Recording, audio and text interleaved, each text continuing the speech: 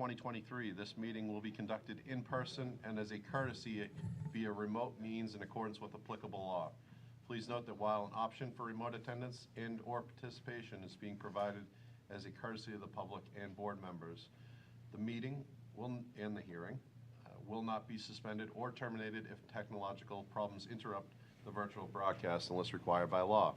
This meeting will be recorded by the local scene, formerly known as pac-tv. Members of the public who wish to watch the meeting may do so by visiting the Duxbury Government Access Channels, Verizon 39 or Comcast 9. Viewers can also visit https://thelocalscene.media/Duxbury for more information about Duxbury programming, including streaming and watching replays on Duxbury YouTube. With that, I call this meeting to order, and our first item is the Pledge of Allegiance. Pledge allegiance to the flag of the United States of America and to the republic for which it stands, one nation, under God, indivisible, with liberty and justice for all. We now have open forum. If there's something you'd like us to bring to another meeting or some other item that you'd like to bring to our attention, you may do so briefly, bearing in mind that we can't respond because it's not on the agenda tonight. I'll start with members of the board. Does anybody have anything they'd like to say in open forum? Go ahead. Briefly, thank you, Mr. Chairman. The Agricultural Commission meeting last week, there's some discussion about the drought in our region and whether the dry conditions coupled with the existing dead wood and fallen debris in our forested conservation lands may pose a fire risk.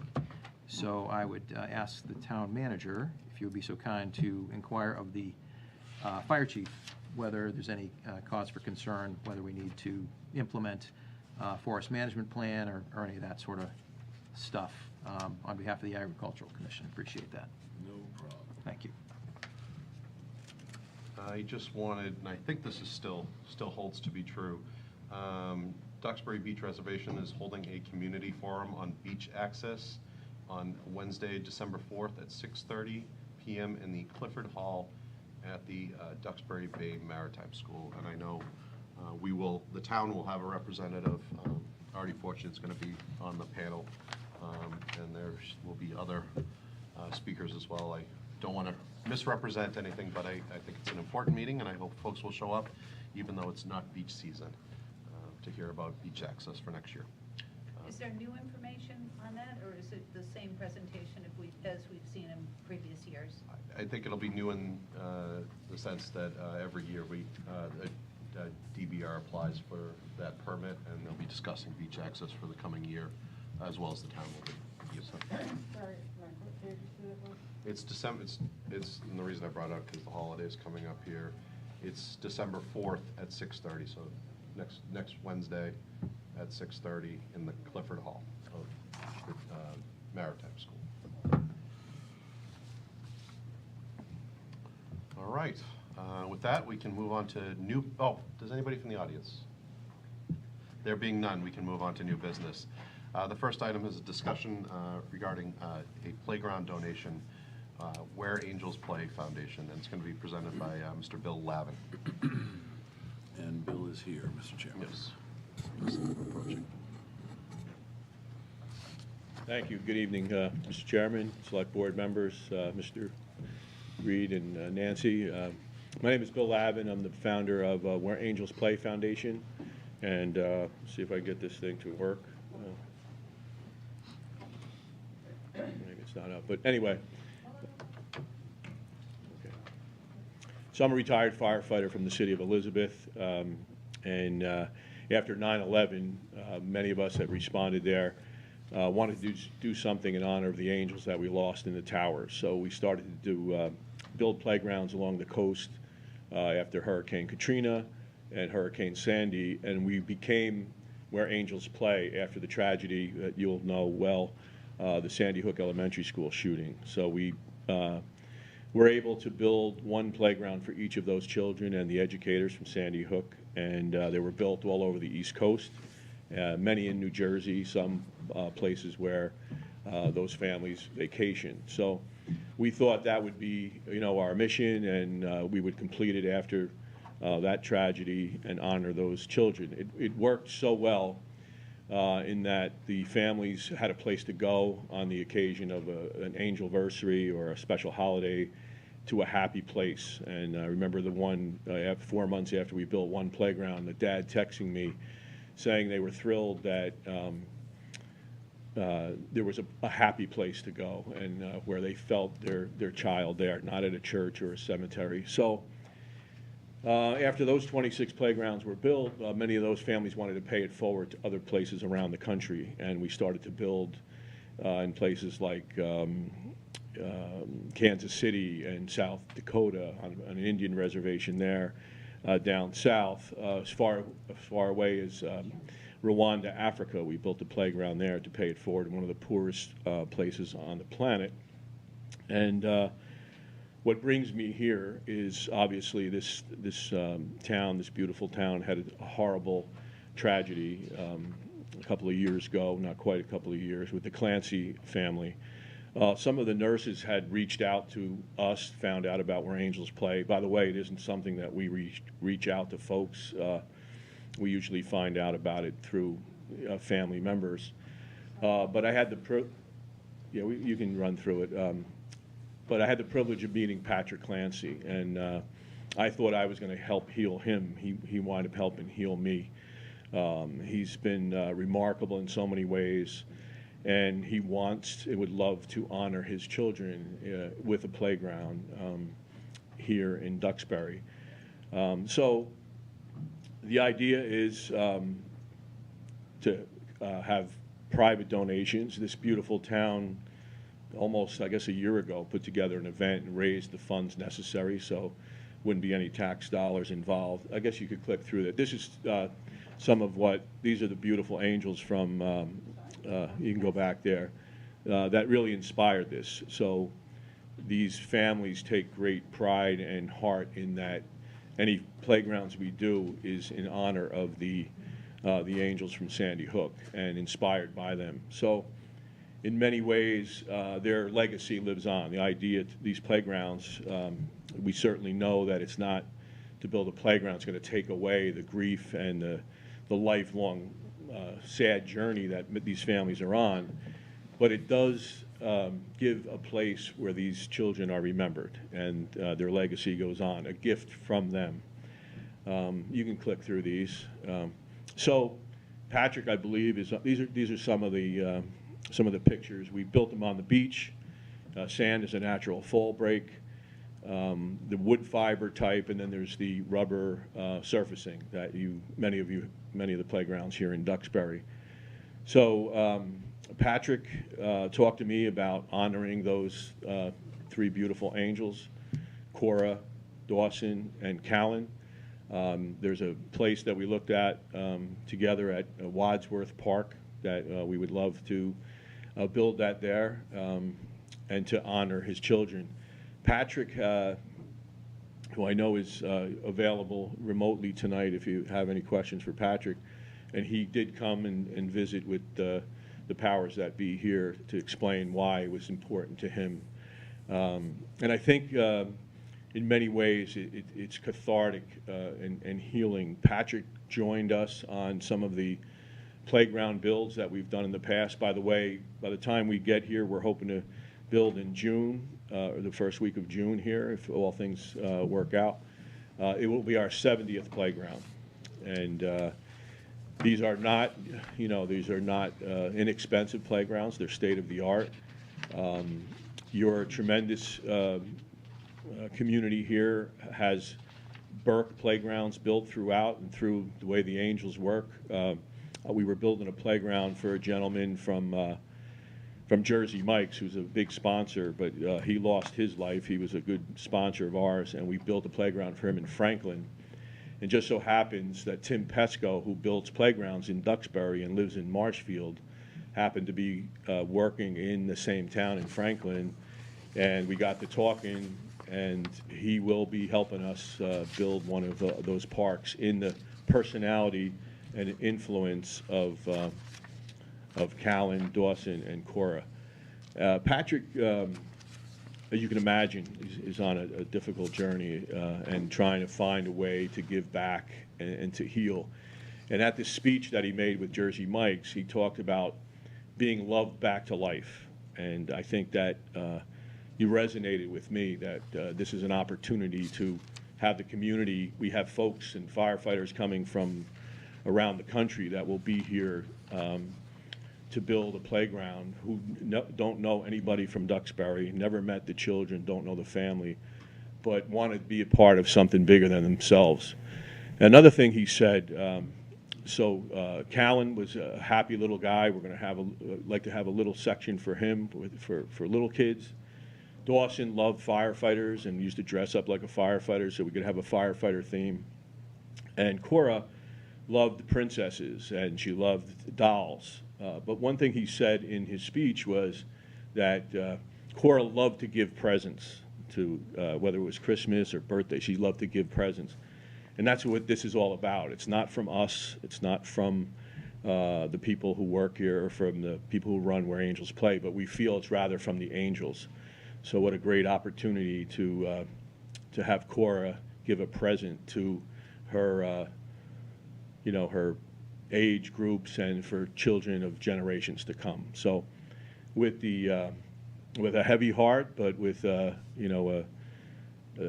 inspired by the courage and grace of this amazing family, we would like to have this playground donated. We have a section and work with this town to honor these beautiful angels if the board and the town sees fit. So, Bill, if I may, one thing you mentioned during our meeting was how you have these people who volunteer that kind of follow you around the country and they do the food and everything. I think it's worth explaining. I think sure. The board might appreciate each that. One of the, so many of our first responders, they're firefighters and police officers who have, I myself have responded to the World Trade Center, and we carry those difficult responses and tragedies. This has been very cathartic for anybody who's involved and gets to spend some time. But what Rennie is mentioning, that we went to South Dakota and 72 volunteers traveled on their own dime. This isn't, by the way, I should have mentioned that we have one employee, and that's my daughter. She does from the videos that you see or the slides you see to marketing to kind of keeping the fundraising going. Everybody else is volunteer. We're many retired firefighters. I used to represent firefighters in the unions, and one of my little secret revenges that I get a pension, and I get to, because I have a pension, I have the time to give back and do something like this. But it was something we had to fight for. But so these folks, and they'll thank me for the opportunity of being involved with it. I think anybody who's involved with this playground here we say they're like potato chips. You can't eat just one. You'll go to the next one and the next one and the next one. And so our Angels Army, they refer to themselves as, continues to grow. And as I said, people will fly from Florida and Tennessee. By the way, the families of Sandy Hook, I have the dad, Carlos Soto, who was the father of Victoria Soto. She was the hero teacher who saved many of the children in her class. He lives in Tennessee, and he continues to travel and cook for our crew. And we are, with very little exception, very independent as far as food and cooking for ourselves and equipment. We're going to lean on, hopefully, the DPW for a little bit of equipment.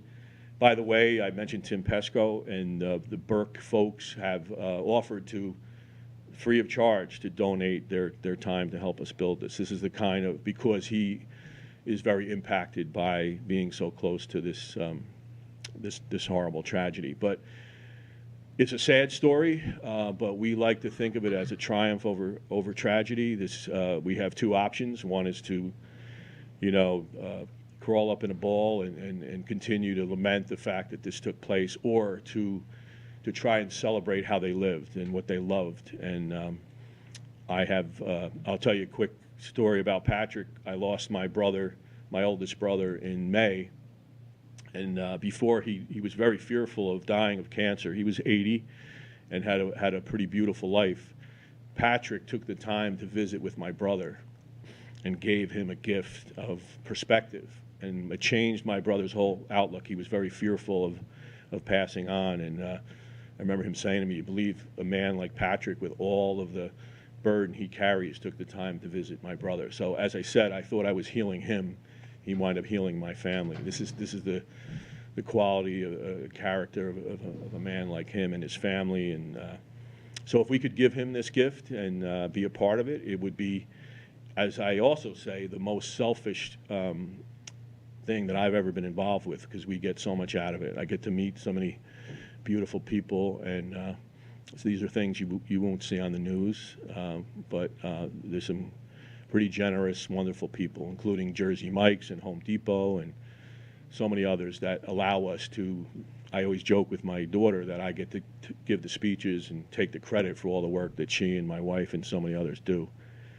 So that's the quick. I could go on and on, trust me, for a long time, telling you story after story and some of the miracles that take place with these playgrounds. But we would consider it our blessing and honor to partner with you on a project like this if you see fit. And if you have any questions, I'd be happy to answer them, or Patrick. I know he's listening. Any board members have any questions or comments? Go ahead. I think this is just really one of being grateful and thankful. I think this is a wonderful gift, a wonderful opportunity out of such a terrible tragedy that, don't think there's probably a dry eye here. So I don't think I mentioned Patrick is creating a foundation called HERD, and it's to bring awareness to mothers in crisis, because this isn't the only place that this has happened. And so it's also an opportunity to maybe save lives in the future, to help him bring awareness to that. And well, here he is now. I don't know if Patrick wants to weigh in and tell me to shut up, or I'll turn it over to Pat. No, I stayed on video, Bill, because I didn't want to take away from the presentation, but you pretty much covered it all. I had some notes here to talk a little bit about how the idea and the fundraising came about. But Bill pretty much covered all of that, and I just want to say that I'm grateful for the select board and the town for giving it the consideration and all the support. Cindy, did you want to say something before I jump in here? No, again, just really thank you very much, and it's a real gift to the town. We thank you. I echo that. Very thankful to your organization, and thank you, Patrick. This has had a lot of impact on all of us, and Patrick, you're a real model for strength and grace. And we're lucky to have you as a part of this town. Cora, Dawson, and Callan will always be in my heart, and just really grateful that you chose this project, and thanks. Appreciate that, and I just want to say that there's no other town that I would have wanted to see this get built in. So again, I just appreciate it. So if I could just say that I'm not assuming anything, but if and when you're ready, we will have renderings. We want to design this, and we'll get it to Mr. Reed and all the folks, so that you're getting an ADA accessible, beautiful playground, and invite everybody from town. And once you get involved and see the operation, it's really a celebration of life. There's been plenty of sadness, and it'll be bittersweet for sure.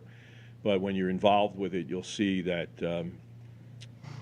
their personalities will shine through, and children will be able to enjoy a beautiful place. So I'll conclude with that, and just thank you for your consideration. God bless you. Oh, and happy Thanksgiving. It's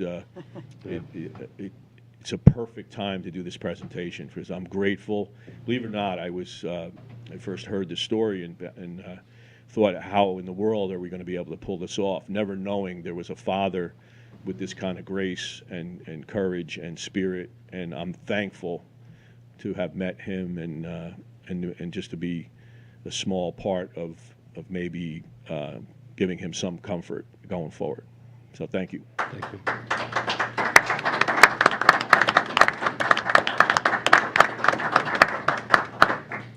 Happy to offer a motion, Mr. Chairman. Thank you. I move that the Select Board accept with the deepest heartfelt gratitude the donation of a new playground to be placed at Wadsworth Field in memory of Cora, Dawson, and Callan Clancy as presented. Second. All those in favor? Aye. Aye. I can give this to you. Thank you. Thank you. We can share. It's 6:50, so we can do our tax classification hearing. I will take a motion to enter that hearing. I move the Select Board open the public hearing regarding tax classification. Bye-bye, Amy. It's going to be a second and then a roll call vote. Oh, second, sorry. That's fine. Roll call vote, please. Ryan, aye. Michael, aye.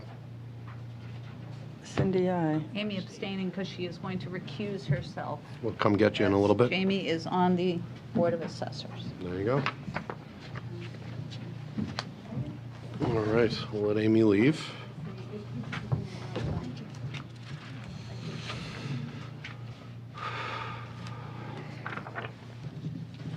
All right, you may begin. Good evening. Is that on? Everybody can hear me? I think, Well, That's you just ha- for it- TV. The mic is for Okay. TV. yeah, Great. All right, folks. Oh, yeah, there you go. Perfect. Good evening. My name is Steve Dunn. I am the Director of Assessing for the town of Duxbury. On behalf of the Board of Assessors, this presentation will provide an overview of the property values in town, their classification, how taxes can be shifted among the classes to fund the tax levy. Before we discuss each classification section, these next pages will outline the values for FY 2025. This is a typical slide that you see every year that 96% of your town, 96+% of your town is residential with a little bit of CIP. This next slide shows a progression of the value of the entire town over the past 10 years. Somewhat slowing down a little bit over the past couple of years. This next slide here is the table shows the changes in value in the 4 classes of property from 24 to 25. These numbers represent the review and visit of 146 property sales from calendar year 2023. To get to this point, all sales undergo an internal review by neighborhood to determine what changes are needed in each or shift to another neighborhood. Updated values are then presented to the Board of Assessors for review prior to submission to the Division of Local Services, Bureau of Local Assessment. Their field advisors then review the assessed values of the sold properties to verify that their statistical numbers are in compliance with the board's guidelines. Once approved, the values are finalized for the fiscal year. And my slide went somewhere. Oh, lovely. Yeah, perfect night. Perfect night for a presentation. I'm so sorry. If anybody's looking for this after the fact, it will be on the website in a couple of weeks. And if you need it, you can always email me this evening or tomorrow, and I can get it out to you. Yeah, the board, we do have a copy, Yeah. so, Yeah. you know. Yeah. Yes, okay. And this slide here shows the single-family class, which is the largest class within all the residential values. This data represents, well, this class is 85% of the total value of that Class 1. This is where you get a first glimpse of what the tax rate will be for 2025 if you continue with the standard class of, 1 on your splitting the rate. The average bill is changing by 3.39%, which is a little bit less than last year. And surprisingly enough, the average value only increased by 2.5%, which is actually a good thing, somewhat getting back to normal.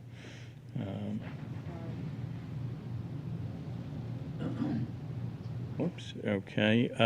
The next slide, hopefully we'll get back there, is for fiscal 2025 new growth, which this year's new taxable value is a combination of 639 real property parcels that have new taxable value above last year's 2024 value. Each one of these parcels requires a site visit and is a combination of building permits and cyclical inspections. There were also 88 personal property accounts that provided new growth as well. The total value, growth value, is $63,761,900. Multiplied by the last year's tax rate gives you the new growth of $641,445, which is a slight increase over last year. Next slide here indicates the tax levy.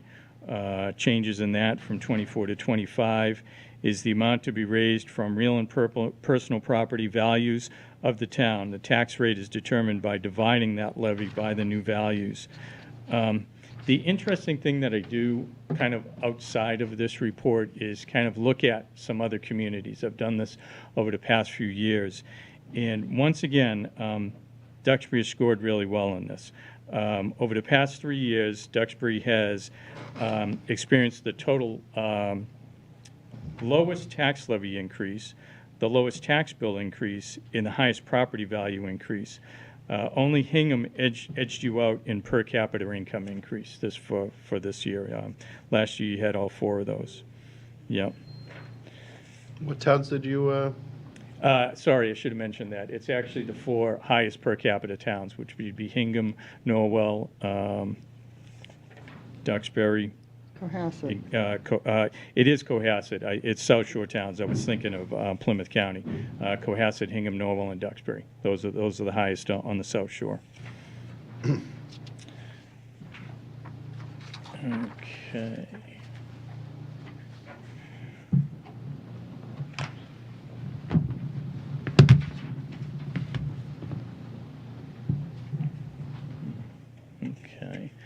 So this page here shows you the tax classification hearing options. Selecting a residential factor, granting open space, a residential exemption, and a small commercial exemption. Next few pages are going to talk about each one. In the past, the town has always voted for the residential factor of 1. Oops. Seems every time I hit this, it goes away. So I don't know if that's a Microsoft.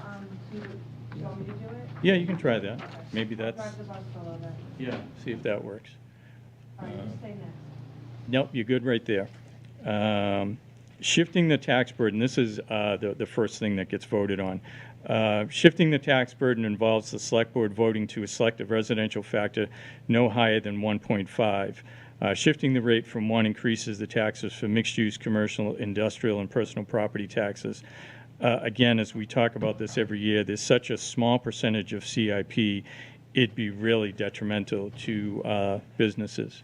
If we could go to the next slide. Yep.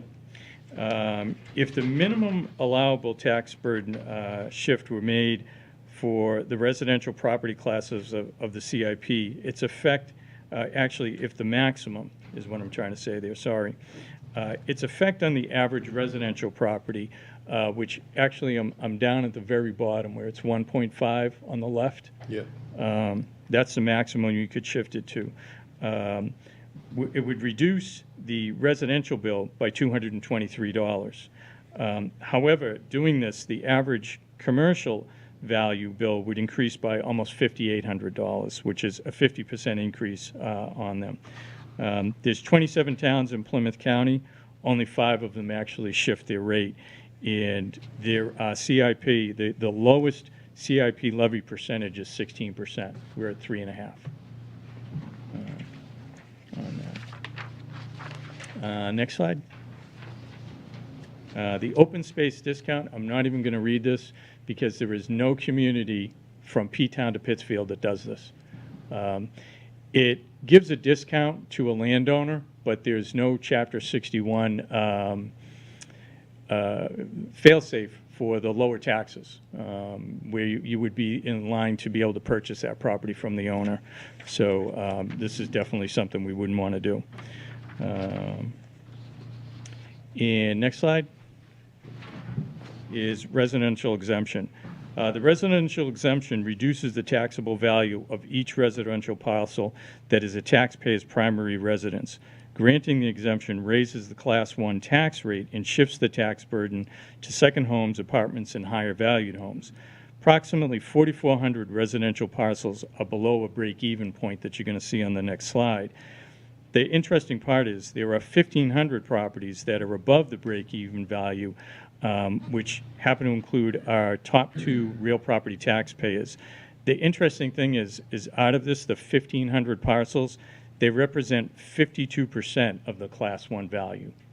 It's quite astounding how much value there is on the wrong side of that residential exemption. Next slide. In this, you'll see here without the exemption, different values in what the tax bill would be. Down below, you'll see that there is an exemption amount of $223. When you do the calculation on the state's website, it automatically gives you what that exemption is.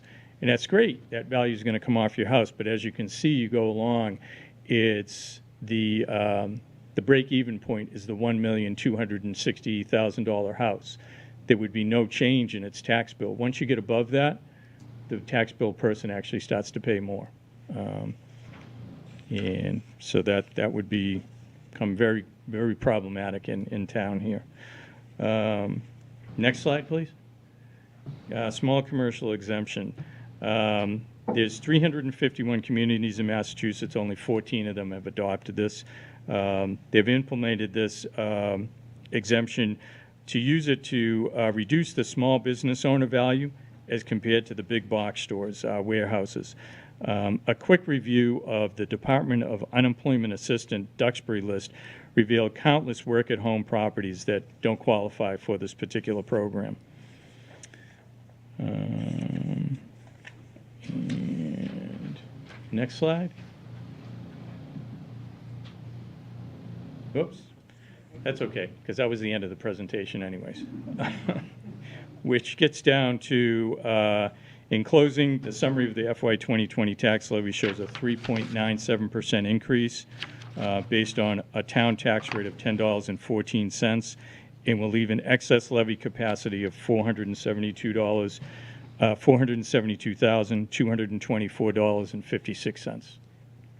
There it is right there. That's right there. Sure. How can our assessed values increase by whatever percentage and the tax rate continue to go up? Well, this is actually the first year it's gone up in a long, long time. I know. But that would be, unfortunately, because you guys spent a little bit money. But we didn't in the last, we didn't have any overrides, and, well, we did, but we didn't spend any. So I'm just trying to understand. It would be a combination of what you spent at town meeting, Yeah. what happened to debt, which did actually go up a little bit this year in comparison to last year. So you had the 2.5% is coming on. Right. New growth came on. Then your debt increased. So your levy did go up. Did values really go up that much? Not really overall. So with the level that you're spending, the tax rate is the last thing that gets established Right. from the March town meeting and then what we did last week as well. Yeah. So it's based off both of those things. When did the assessors meet on this, I guess, or when did this get calculated? We worked on it all summer. I presented it to the board. was in around September, and we submitted, we do a unique thing in this town where we do a disclosure period for a week every year, which is generally the first week in October. And then after that, we submit the values to the Department of Revenue, which they approved in the beginning of October. And we would have been here a few weeks earlier, but we were waiting for town meeting to get through so I could actually have some hard and fast numbers for you. Assessed values, I take it, based upon the last few years of watching it, that you assess the values of all the homes in Duxbury annually, not by, some bigger towns do it by portions of the town. Yeah, you're going to look, I don't care which town you're in, I don't know how other towns do it, but you're looking at your sales every year. Just the sales. What happened for 2025, you're looking at 2023 sales, but especially over the past few years, you had to look at those. Look at the numbers that we went up by. We had 14% increases, 22% increases, 10% increase. It was, I can only go back to the mid-'80s. Remembering seeing, and I doubt even in that period of time that we had increases of that dramatic of a fashion. Took every town, every other assessor that I talked to was astounded by those changes. Fortunately, let's see what goes on, but it seems like things might be smoothing out a little bit. It's just actually getting harder to do the value, because when it was going up, it was great. It seemed simpler because you knew every neighborhood was kind of going up. Now there's a lot of, some are going up, some are going down, some are saying, somewhat level. You almost have to kind of look forward as to what's going on in the beginning of 24 as you're doing this. It's actually a more difficult time to value right now. How many different zones do we have for assessing? I'm going to say 13. Okay. How is that decided? It's more a geographical, Yeah. or it's what's the word I'm looking for? Historic. What's going on in there? There were some changes in a number of areas. I know on Park Street in Soul Lab this year, based on the sales that hadn't gone on over there. A few years ago, we actually redid Standish Shores as to how that was all worked up. Again, that was predominantly done because of the sales that were happening out there. So it is really sales-based. In geographically, depending upon what's going on in that area, is there, how do you access the neighborhood? Like Powder Point, that's an easy one. There's a certain section point that we get to that, okay, you're on Powder Point Ave, that's all considered Powder Point. Another area is over by Gurnett Road. That's one whole neighborhood. Real easy to do. There are pockets of neighborhoods that might be off main roads that might sell for a little bit higher, that might have a different neighborhood as well. And that's all going to be based on what we see happening in sales. I can remember, I think it was off of, I can't remember the street, but we actually lowered the neighborhood once on some sales, and then it came roaring back and a few years later, so we had to change it back to that old neighborhood. Yeah. And by we, you mean to the board? You bring Right. your concerns to the board, Yeah, absolutely. and you discuss it collectively about how to. Yeah, no, any of this information I'm documenting to them and saying, wow, look at what's happening in this area. We've got to shift this back or shift it lower. Right. Yeah, I think the concern I get from folks is, I'll say the tax rate went down in other years. Your assessed values increased, but it will balance. And for certain neighborhoods, that's not the case because of comps in their Right. in their area. Of course, their value of their homes increased, hypothetically. Yeah, it's but- always great when your value increases, but not when you're the assessor. or the one paying the bill. Right. So, but I guess your message is don't spend less money. So Yeah. there we go. All right, that's all I have. I just wanted to get some of that out. Does anybody have any questions? I don't, no, thank you, I appreciate We that. do have some votes you need us to take. Is I that- do have a couple of questions. Oh, I'm sorry, Brian. That's quite all right. Steve, thank you for the presentation. A couple of things I just wanted to touch upon before we vote on anything. The first is, I didn't see anything in the presentation about veterans exemptions. Could you speak a little bit about how that works in the town? And specifically, I'm curious to know whether the town has adopted any of the benefits to the veterans under the Commonwealth's HERO Act that was passed Can I earlier go this year. get my administrative assistant first? No, she's got this stuff locked in. I'll do my best on that. The HERO Act that just came into effect over the summer, I've been talking with Sarah, the board's met with Sarah a number of times over the past fall. She actually reached out to me just last week of what she's going to be presenting for the March town meeting. I have a document that I'm going to provide as well. So the two exemptions, the I and J, are both going to be presented at March town meeting, so they'll become effective next summer. In regards to all the other exemptions that we offer, I really wish Sue were here because she could explain them really well. There is all that information is on the website, and if anybody were to call us, we would mail them out that sheet as well the very next day. There are a number of different exemptions of how an individual qualified as of July 1st each year. That's fine. And I don't need you to go through the list here. I was just Yeah. curious about if we're thinking about taking advantage of provisions of the HERO Act, number one, 100%. and number two, that, and I think I know the answer, but I just want to double check, that Yeah. nothing that's currently in effect in terms of exemptions, particularly veterans exemptions, are being affected by anything we vote on tonight. No. Right. No. Thank you. Is that all? That's all I have. Thanks. All right, thank you. So what do you need us to do? I have a motion. All right, we Hopefully, have three someone motions. has a motion up there. Yeah. Oh, yes, and I'm sorry. Does anybody from the audience have any questions? Sorry. Mary, you got to go to the mic.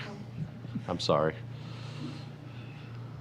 I probably will. I don't know if I can do that. Sorry. So, Steve, I just have a quick question. You had talked about, it was either 146 or 148 sales inspections that you guys did. Can you just give us a little bit of background in terms of over the last couple of years, how that number of sales compared to the last couple of years? Sure. Thanks. I think the bigger thing is if you go back further, right now, I think we had 146 this year. Last year, I think it was 155. I can't remember 3 years ago. But that number used to be 250. And that's one thing that's making things harder to do my job and to present it to the board, because I don't have as much data.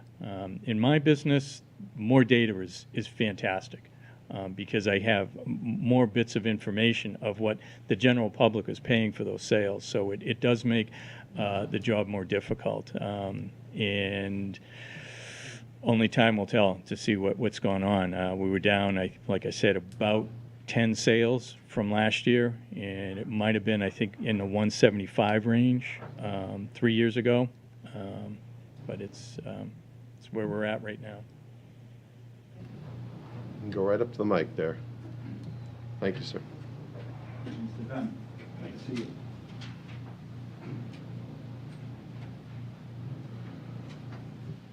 My name is Søren Jensen. I lived in Duxbury about 40 years, 4 Puritan Road, down on one of the most expensive areas in town right now. And that's why I have some questions. I understand, Mr. Dunn, that you have, was it 13 zones? 13 zones Yeah. geographically? Mm-hmm. So as you mentioned, Standing Shore is one of them. Mm-hmm. Which Yeah. I get to my point. Okay. Because when you get all these spreadsheet numbers, they're very good. I'm an engineer. I used to do a lot of spreadsheets too. But if you can't really compare all those numbers unless you kind of make some formulas in there and put them together in classifications. I'm sure you know that. So I start obviously to look at my own house down on 4 Puritan Road, which is basically an old summer house from 1900, modified over the years. And we've been there 40 years. And that house has now gone up the last 3 years in value from 136%.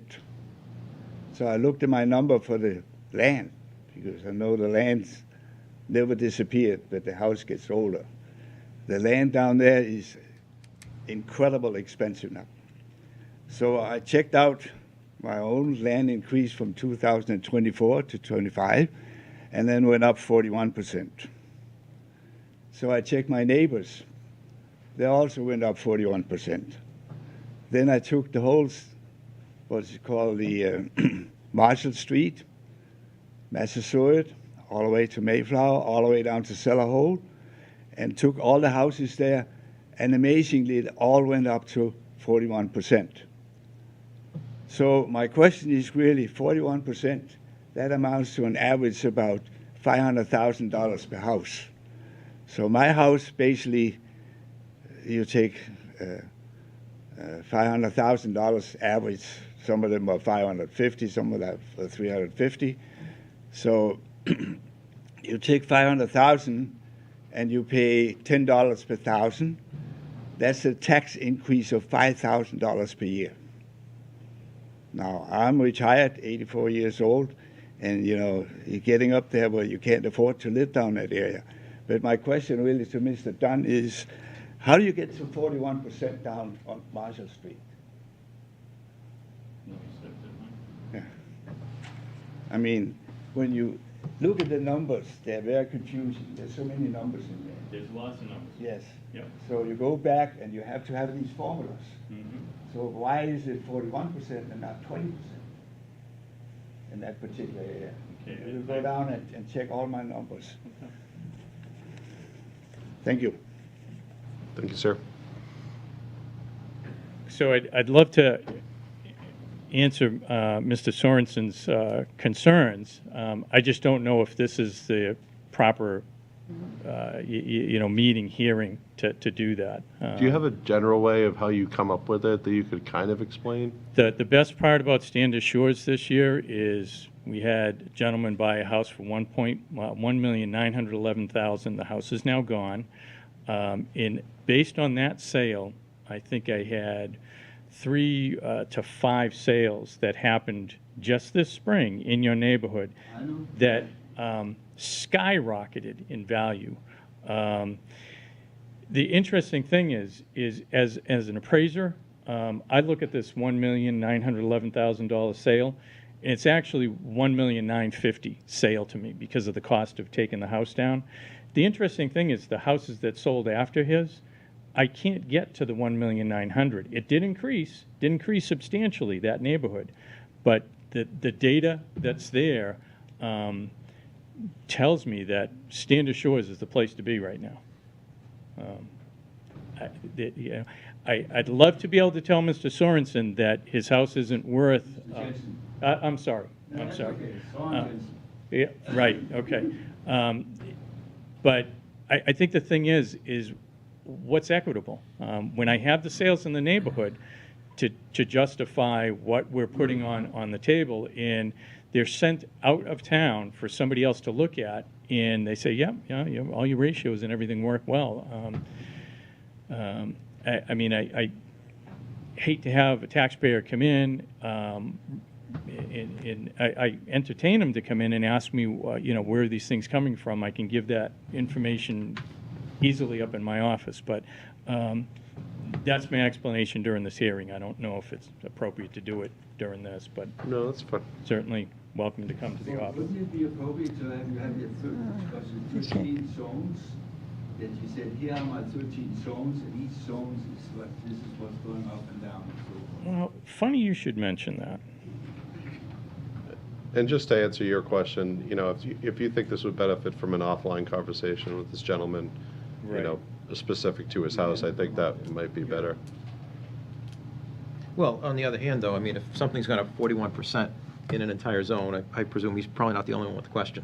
No, that's why. So- That's why I Yeah, wanted him to give as that general piece. As I look at my sheet, and I do something with a pivot table right out of the vision system, it tells me that Standish Shores is going up 10.93%. That's overall. That includes everything that's out there. That is not just single-family homes. Overall, the average in town, neighborhoods are going up 6.18%. I've got a neighborhood that actually went down in value. I have one that went up, shows here 27%, predominantly probably new homes in that area, because I might have only had 900,000 in value on it last year, and now I have 2 million on it. So those are what the numbers that are coming out of the machine. And I think there's a feeling, especially among folks that have been here for a long time, on the equity end, that when their taxes are going up by those large percentages because of their neighbors selling their homes, that they're disproportionately contributing towards the tax base. And I don't know if there's a response to that or if it's just the reality.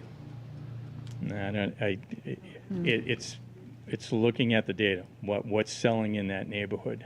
I think where this gentleman lives, once you cross that bridge, something happens. I don't know what it is.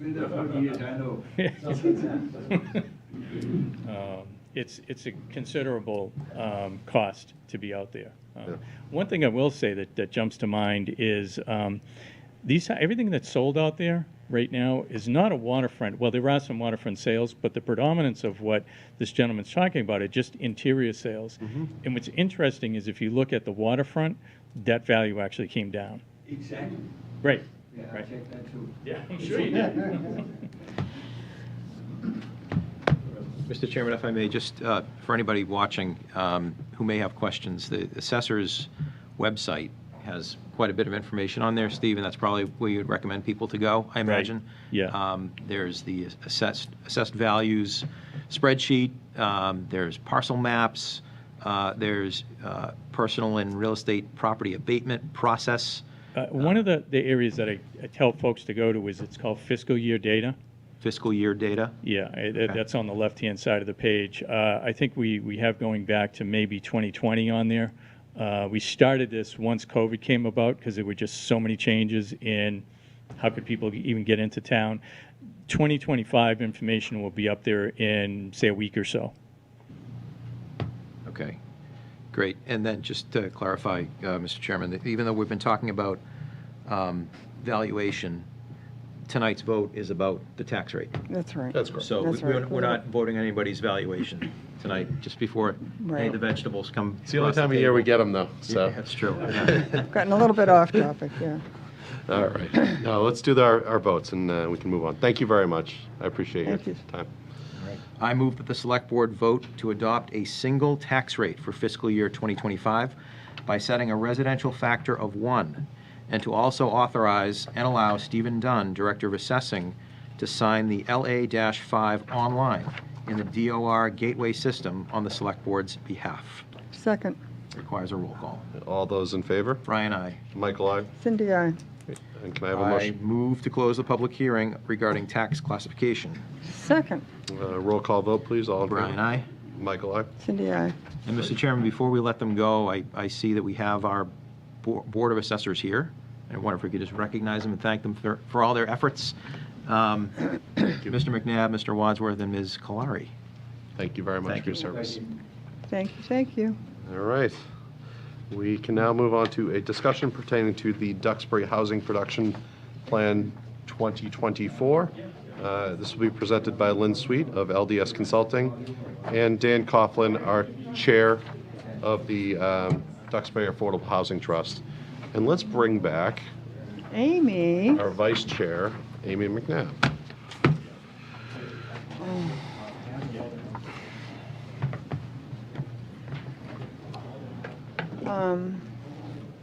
Give her a second.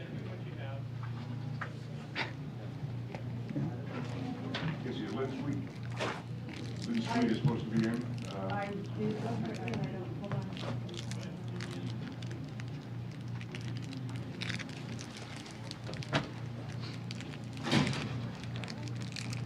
Mr. Chairman, before this starts, if I can just a point of order or question.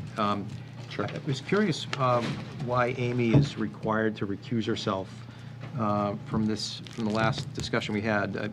I understand the relationship between the McNabbs, but they're both independently elected. There would be appearance of a conflict. I actually was very, very coincidental that you brought this up, because I had the same kind of epiphany earlier this evening. Like, I pay taxes, Right. I have no financial, and I called Rainey before the meeting, and I said, explain to me again why I need to recuse myself. Yeah.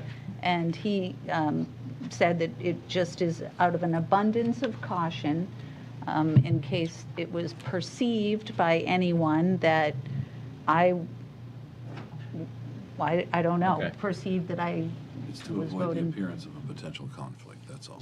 Okay. I always err on the side of caution. No, I hear you on that, although, if we need, especially if there's like a quorum issue, I would certainly support Amy being here, particularly for that discussion. But I understand, Rainey, where you're coming from. Thank you. All right. Thank you. I think we're missing our presenter, unless you want to start with your half. I can do my half very quickly. And, Great. Unfortunately, the guts of the presentation is what Lynn has, but in any event, let me just introduce the whole concept of the housing production plan. As you're probably aware, this is a plan that's updated every 5 years, and it was last done in 2019, so 2024 was the year in which we wanted to have it updated.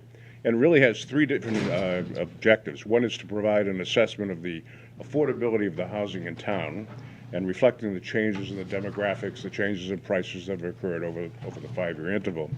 The second is it provides a strategy for increasing the amount of affordable housing around town.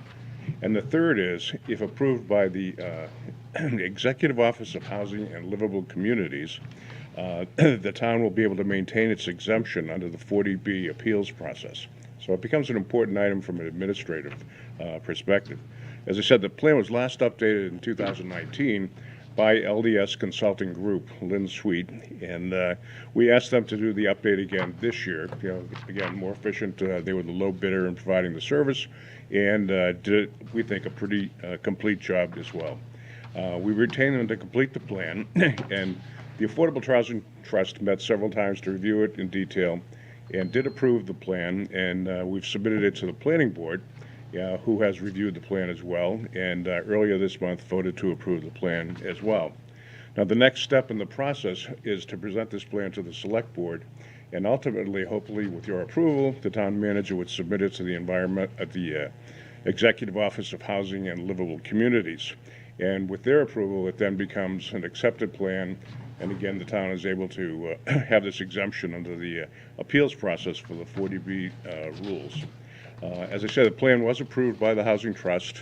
There's Lynn now, and thank goodness, because I'm running out of things to say. But the plan was approved by the Housing Trust. I've been here for the entire, since 6:30, so I don't know what happened. I went out and came back Good. in. Well, as I say, Lynn has presented the plan, has presented it to the Housing Trust. We reviewed it, the Planning Board as well. And again, it is an update on the plan that was done in 2019. A lot of detail, a lot of demographic information, but I think that she can take you through the highlights of the process, the strategy, and the outcome, which are a number of things that we can consider going forward as tools that we at the Housing Trust and the Planning Board and others across town might use to manage the housing process across the community. So with that, Lynn, you can take it there and take us through the plan, please. Hi, Lynn Sweet, LDS Consulting Group. Thank you so much, Dan. I'm really thrilled to be here. He did a great job of bringing everybody up to speed where we are. Duxbury's Housing Trust has, this is, I think, the third time we've worked on a housing production plan with the community. They're a very devoted group that bring a lot of expertise and dedication to trying to create and preserve affordable housing in Duxbury. So from a process standpoint, these plans need to be approved by both the Planning Board and the Select Board to then be submitted to the state for approval.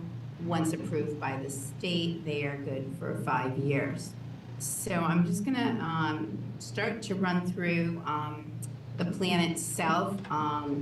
Basically, the Affordable Housing Plan has a research component, which is part one, looking at a lot of demographics and other statistics that I'm sure are not going to surprise anybody. I think you know your town very well.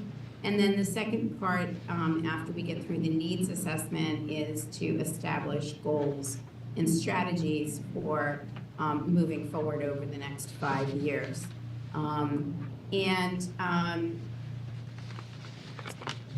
You know, the organization that I believe is most likely going to take charge of this, although we'd certainly love to see a town-wide effort, as well as having an implementation committee, is the trust, because they do represent many different boards in the community, many different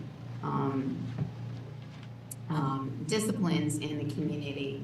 And since anyone coming into town with affordable housing is either going to be asking them for money or asking them to review it, this also is somewhat of an educational tool.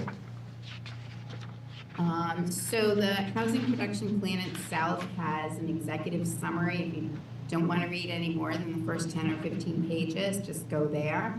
And then it's followed by all of the research and information that sort of rolls up into the executive summary, including the key findings, the demographics, housing characteristics, and so on. And we end the study with the goals section. And basically our process was looking at what we had done with the past. We spoke with a lot of different people in town hall. We worked a lot with the trust, trying to find out what had occurred over the last 5 years. We definitely talked with the assessor's office. We got some demographics from them as well. So this is really just, you know, how we went about it. And then, you know, I think one of the most important things is that every time we do a housing production plan for Duxbury, they make progress, and building affordable housing takes time.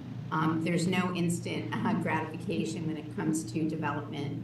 So since we did this in 2018, there have been more units added, habitat units.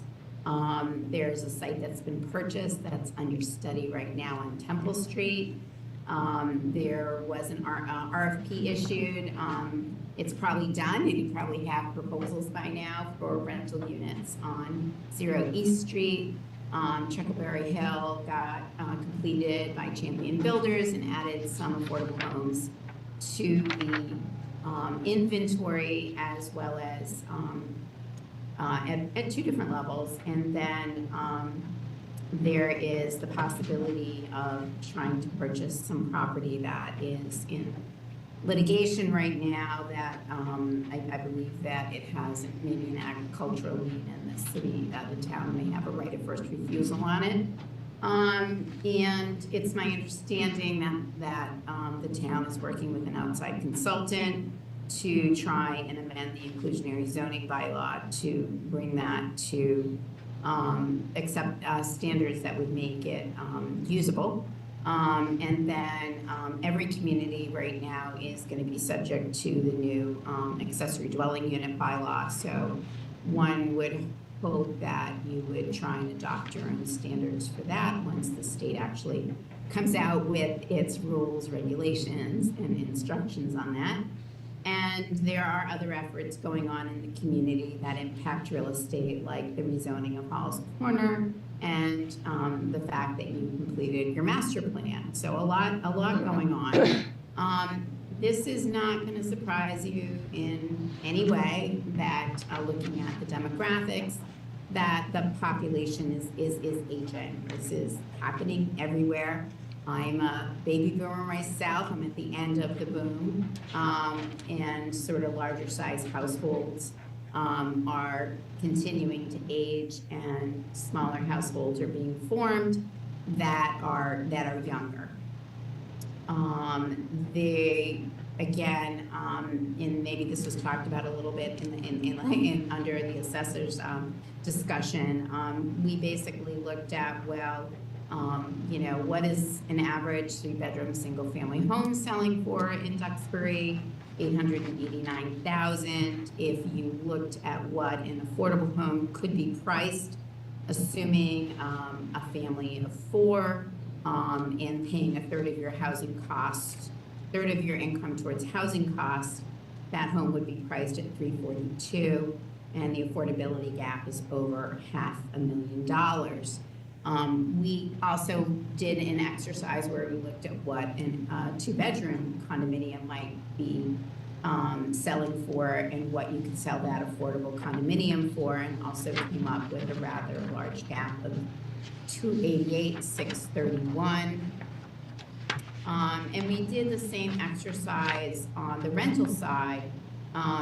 The basic newest rental product, or one of the only rental products in Duxbury, is the Elm apartment complex, and their two-bedroom rents are going for $3,500. In order to afford a market rate unit, you would need to have, if you're paying a third of your income on your apartment costs, that includes utilities, you would have to earn $142,000. And then we looked at a couple of income levels, which is 80% of AMI, which is considered low income. You'd have to have an income of $117,000. 60% which is considered. If I could interrupt, if you could just clarify for us what the Elm Market is, what is the? That's the apartment building that's in town. There is no apartment building on Elm? No, I don't think it's Elm. I think that's the name of it. No. Nope. Could we get some does anyone have any idea Okay, what hang we're on, let me talking just- about there? Okay. None of us are aware of any Elm Market. Oh, is it Schofield? On Kingstown Way in South Street? Maybe. The only thing I can think of. Hang on. Sorry, it's been a few months since we worked on this, so let me just go take a look and see. On Chestnut, not Chestnut. Elm at Island Creek is the name of it. At Wildwood that's- Road. Island Creek. Okay, thank you. Okay, that's okay. Keep me on my toes. So, you're still seeing the chart, right? Even though Yes. I switched screens. Okay. So, and if you need, an understanding what's AMI, if I'm going too fast, certainly stop me. So 60% of AMI is considered very, very low income, and 50% is very, very, very low income. So you can see that market rate housing is really out of reach for pretty much any young professional, anyone who's retired at this point in time. So when we see this on both the homeownership side and on the rental side, you are really catering to a well-off population that is usually in the 35 to 55 age bracket that's at the height of their earnings. So very hard for first-time homebuyers to get into the market. Your homebuyers are second-time homebuyers, sort of thing. Or they're people that have been sitting on their homes and gathering equity for years. And also really even hard for someone to afford to rent an apartment. There's just very few complexes in the community. It's a very desirable community, as you all know, because you live in it. So Before we we also move- just took a look at the Could- subsidized Could I have housing one more inventory. question? This Lynn, is there's one more question? Just one more question, just because I'm struggling with the rent price for Island Creek. You're quite confident that that is a correct number, that the price of the units at Island Creek are $35.85 a month? For the newest apartments that were built there, yes. And how many bedrooms are those? I believed we looked at a two-bedroom. Wow. Okay, thank you. Wow. Yeah. And I will follow up and email Dan if I'm wrong. But we usually typically look at a two-bedroom because that's kind of the average. So they do have affordable components at Island Creek for sure. They do have elderly components, but there is also a market rate component. So we moved on to the subsidized housing inventory, and we separated out the housing inventory into rental units and ownership units. Subsidized housing inventory is kept by the state, who has changed their name since the last time you did your plan. They're now called the Executive Office of Housing and Livable Communities, known as HLC. They used to be called DHCD, not to confuse anybody. And so basically, the standard is that municipalities need to have 10% of their housing stock considered affordable in order to not be subject to things like 40B projects coming in town. It is a goal, but it's not the end goal, because oftentimes with affordable units, rental units are counted, all of the units are counted, even though 25% or only 25% are affordable. So in most instances, all the rental units are counted, whereas in an ownership project, typically only the affordable units are counted. So, and most communities feel like 10% may not even meet all of their needs. But part of this housing production plan, one of the reasons communities do it, besides having a roadmap as to how to address it, is if you produce units in compliance with your housing production plan, you can get a year or two grace period where you wouldn't be subject to having a 40B. You'd be able to have what's called the safe harbor for a couple of years. So basically, we identified 401 rental apartments on the subsidized housing inventory.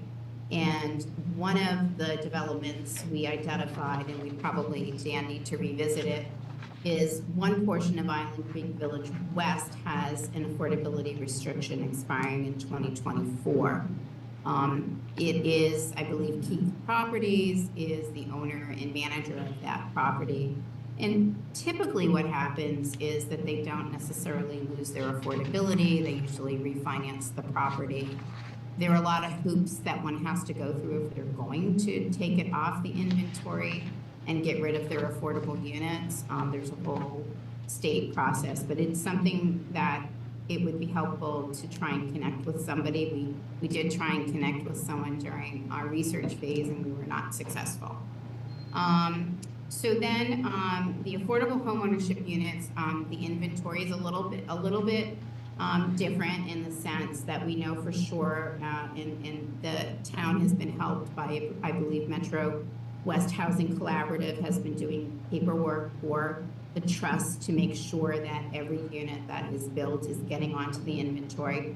For now, we know that there's 44 units. And unfortunately, one of the units, Chandler Street, will never most likely be allowed to be on the inventory because the proper paperwork was not done.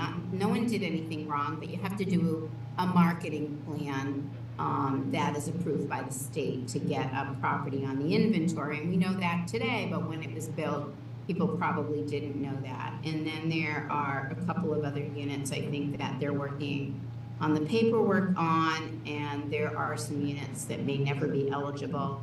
And then there's some projects down here that have been permitted, but that have had paperwork go in, been permitted, and then there's some that are in litigation. So there's a possibility that more units are going to end up on the inventory as time goes on. And these are just all affordable units. None of them are market rate like on the apartment side.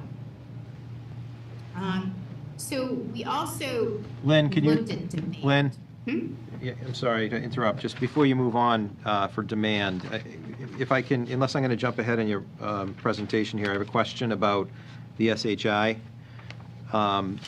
So every time we build, we increase the denominator on the SHI calculation, and Dan has been very patient in answering my questions over time about how we're counting and making sure that we're capturing all the units that need to be captured. But how many, have you looked at, and is it part of this report, how many units we're short between what we have and what our 10% number would be? Yeah. That's Yes, a little further I'm in. going to end with that. Okay, all right, thank you. I think That's fine, we'll I get to have it. a few more slides. All right, thank you. Really good question.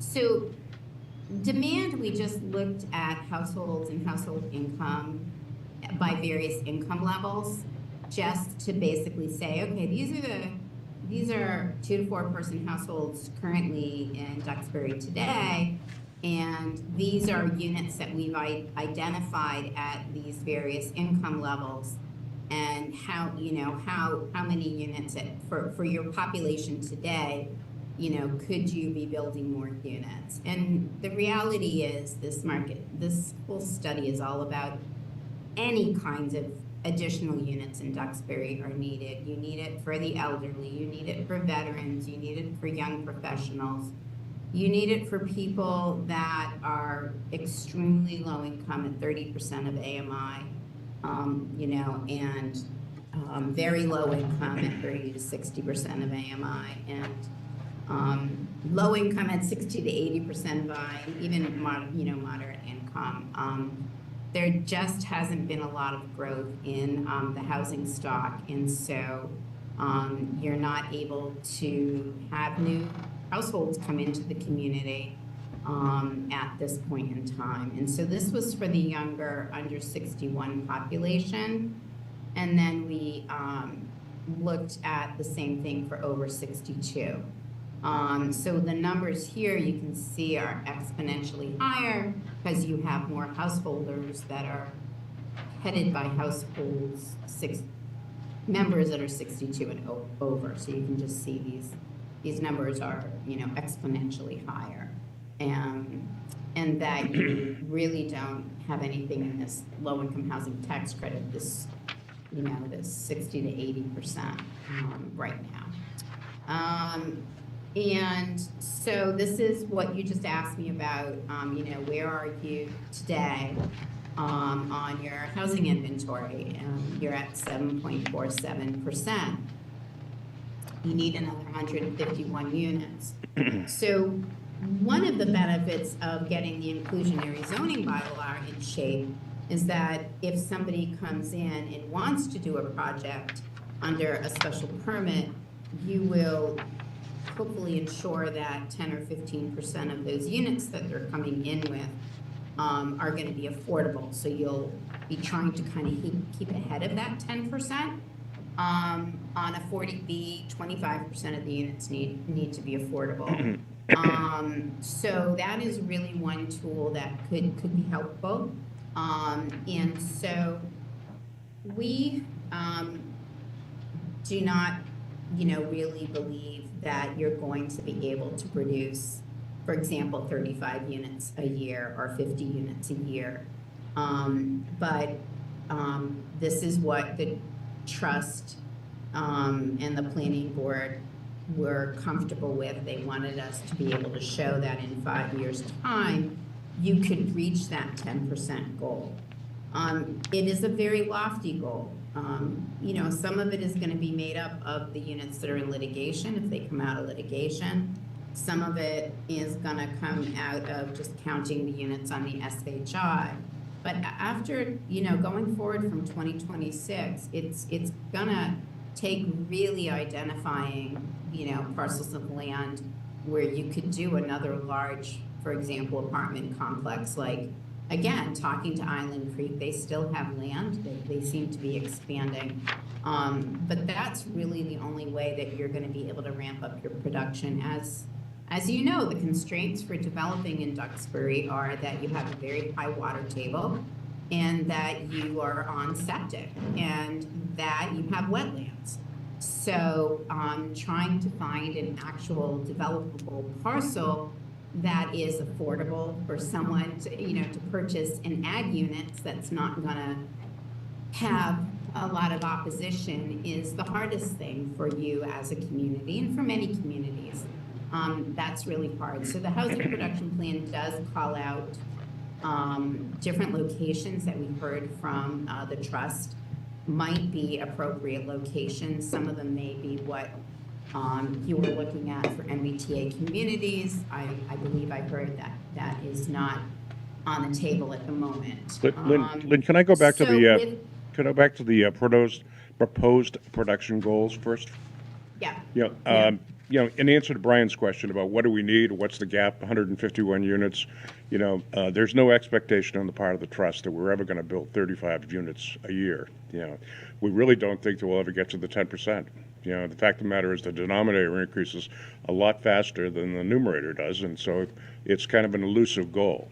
But we asked the question, what would it take? And this was the answer, not what do we want to do. So I just want to be sure you don't see this as a goal just as much as it's a measure of what it would take. I'm glad you said that, Dan, because that was actually going through my head. And the other piece was, I see that, speaking of the denominator, it's assuming the housing units are going to remain static for that 5-year period of 5967. So obviously, we know every year there are additional market rate units, and every time you've got a 40B, 75% of them add to the denominator. Right. So, but I appreciate that explanation. Yeah, good. Thanks, Yeah, Lynn. but if you have a 40B, those 25% are affordable. So if it's rental, all of those end up getting counted.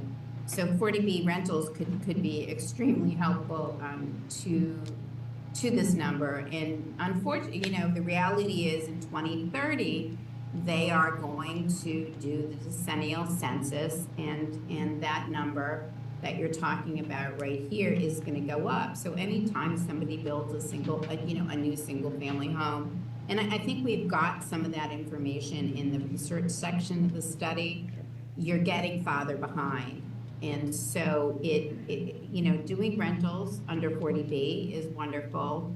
Doing rentals under inclusionary zoning or home ownership under inclusionary zoning, those are going to help you try and keep ahead of falling farther away from this goal.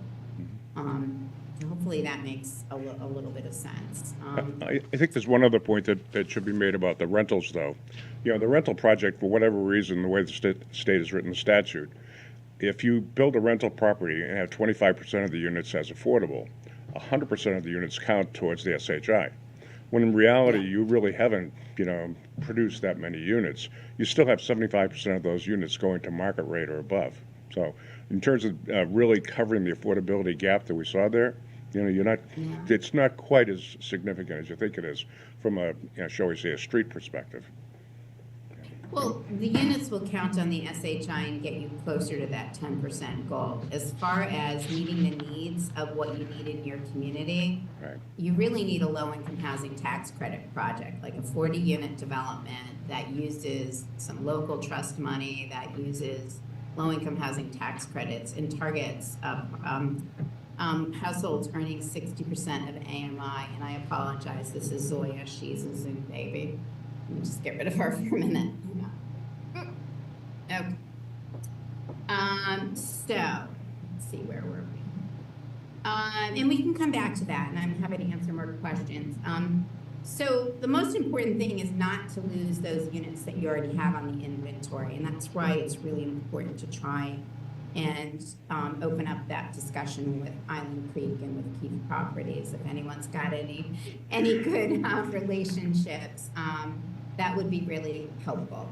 And I think that, the idea of, building elevator buildings and doing a LIHTC project, sort of trying that 60%, that's going to get to some of the populations that aren't, currently being served, because you'll have an elevator building. Some of them might be set aside as group 2, handicapped units. And then, so hopefully you'll be able to reach a lower level of affordability and a wider breadth. And you'd be surprised, there's populations in the community that are existing and they're just paying way too much and kind of, drowning in rental housing costs. And then, I mentioned earlier trying to bring in young professionals. That's the lifeblood of your community. You've got all of the wisdom of the elders in the community, but you need to continue to grow and thrive, and train a younger generation, if you will. And there is a wonderful tool out there right now that came out of the housing bond bill, which we really haven't talked about a lot, but the state did pass a massive housing bond bill not too long ago. And one of the tools that they fixed was they fixed this 40R. And that is a way, that is zoning. It does bring money into the community if you permit it. First when you pass the zoning overlay and then when you actually create units. And they fixed the, it's called the starter home bylaw. And they, originally the starter home bylaw needed to be like on a major transportation route. But, you know, most people don't want to put homes on a major transportation route. So they took away some of the issues that was the impediments to building these starter homes. So something like this might be a really interesting thing for the community to look into, is doing these little tiny starter homes that have very small lot lines, and they're great for pretty much everybody. And I'm not sure that made it into our report because the bond bill took so long to pass, but people are essentially trying to build smaller and more energy efficient these days.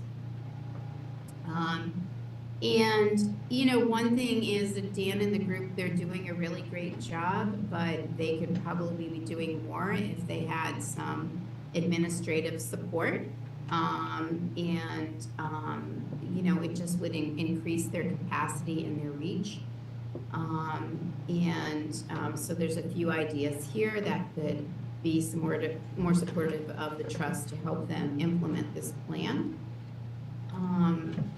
And then we threw in a couple of goals as far as I've talked about the inclusionary zoning, the accessory dwelling once the state comes out with the rules, and then expanding for seniors potentially the property tax work-off for them to help try and keep them in town. But the best thing you can do for seniors is to give them an elevator building to move into.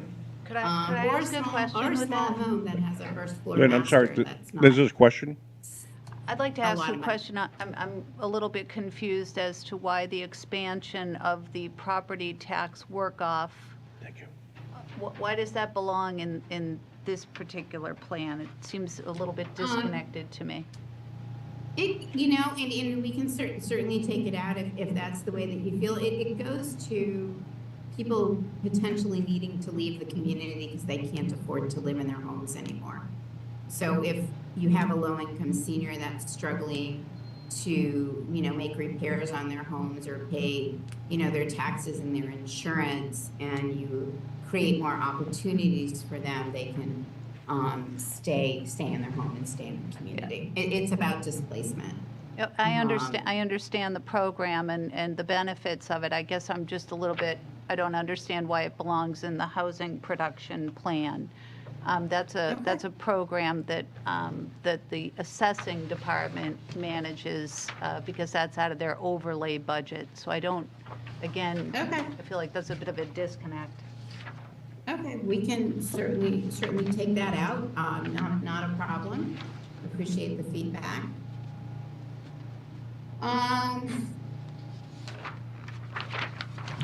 And this is again sort of talking about, you know, I think there's a lot of different financing programs that have come out of the housing bond bill.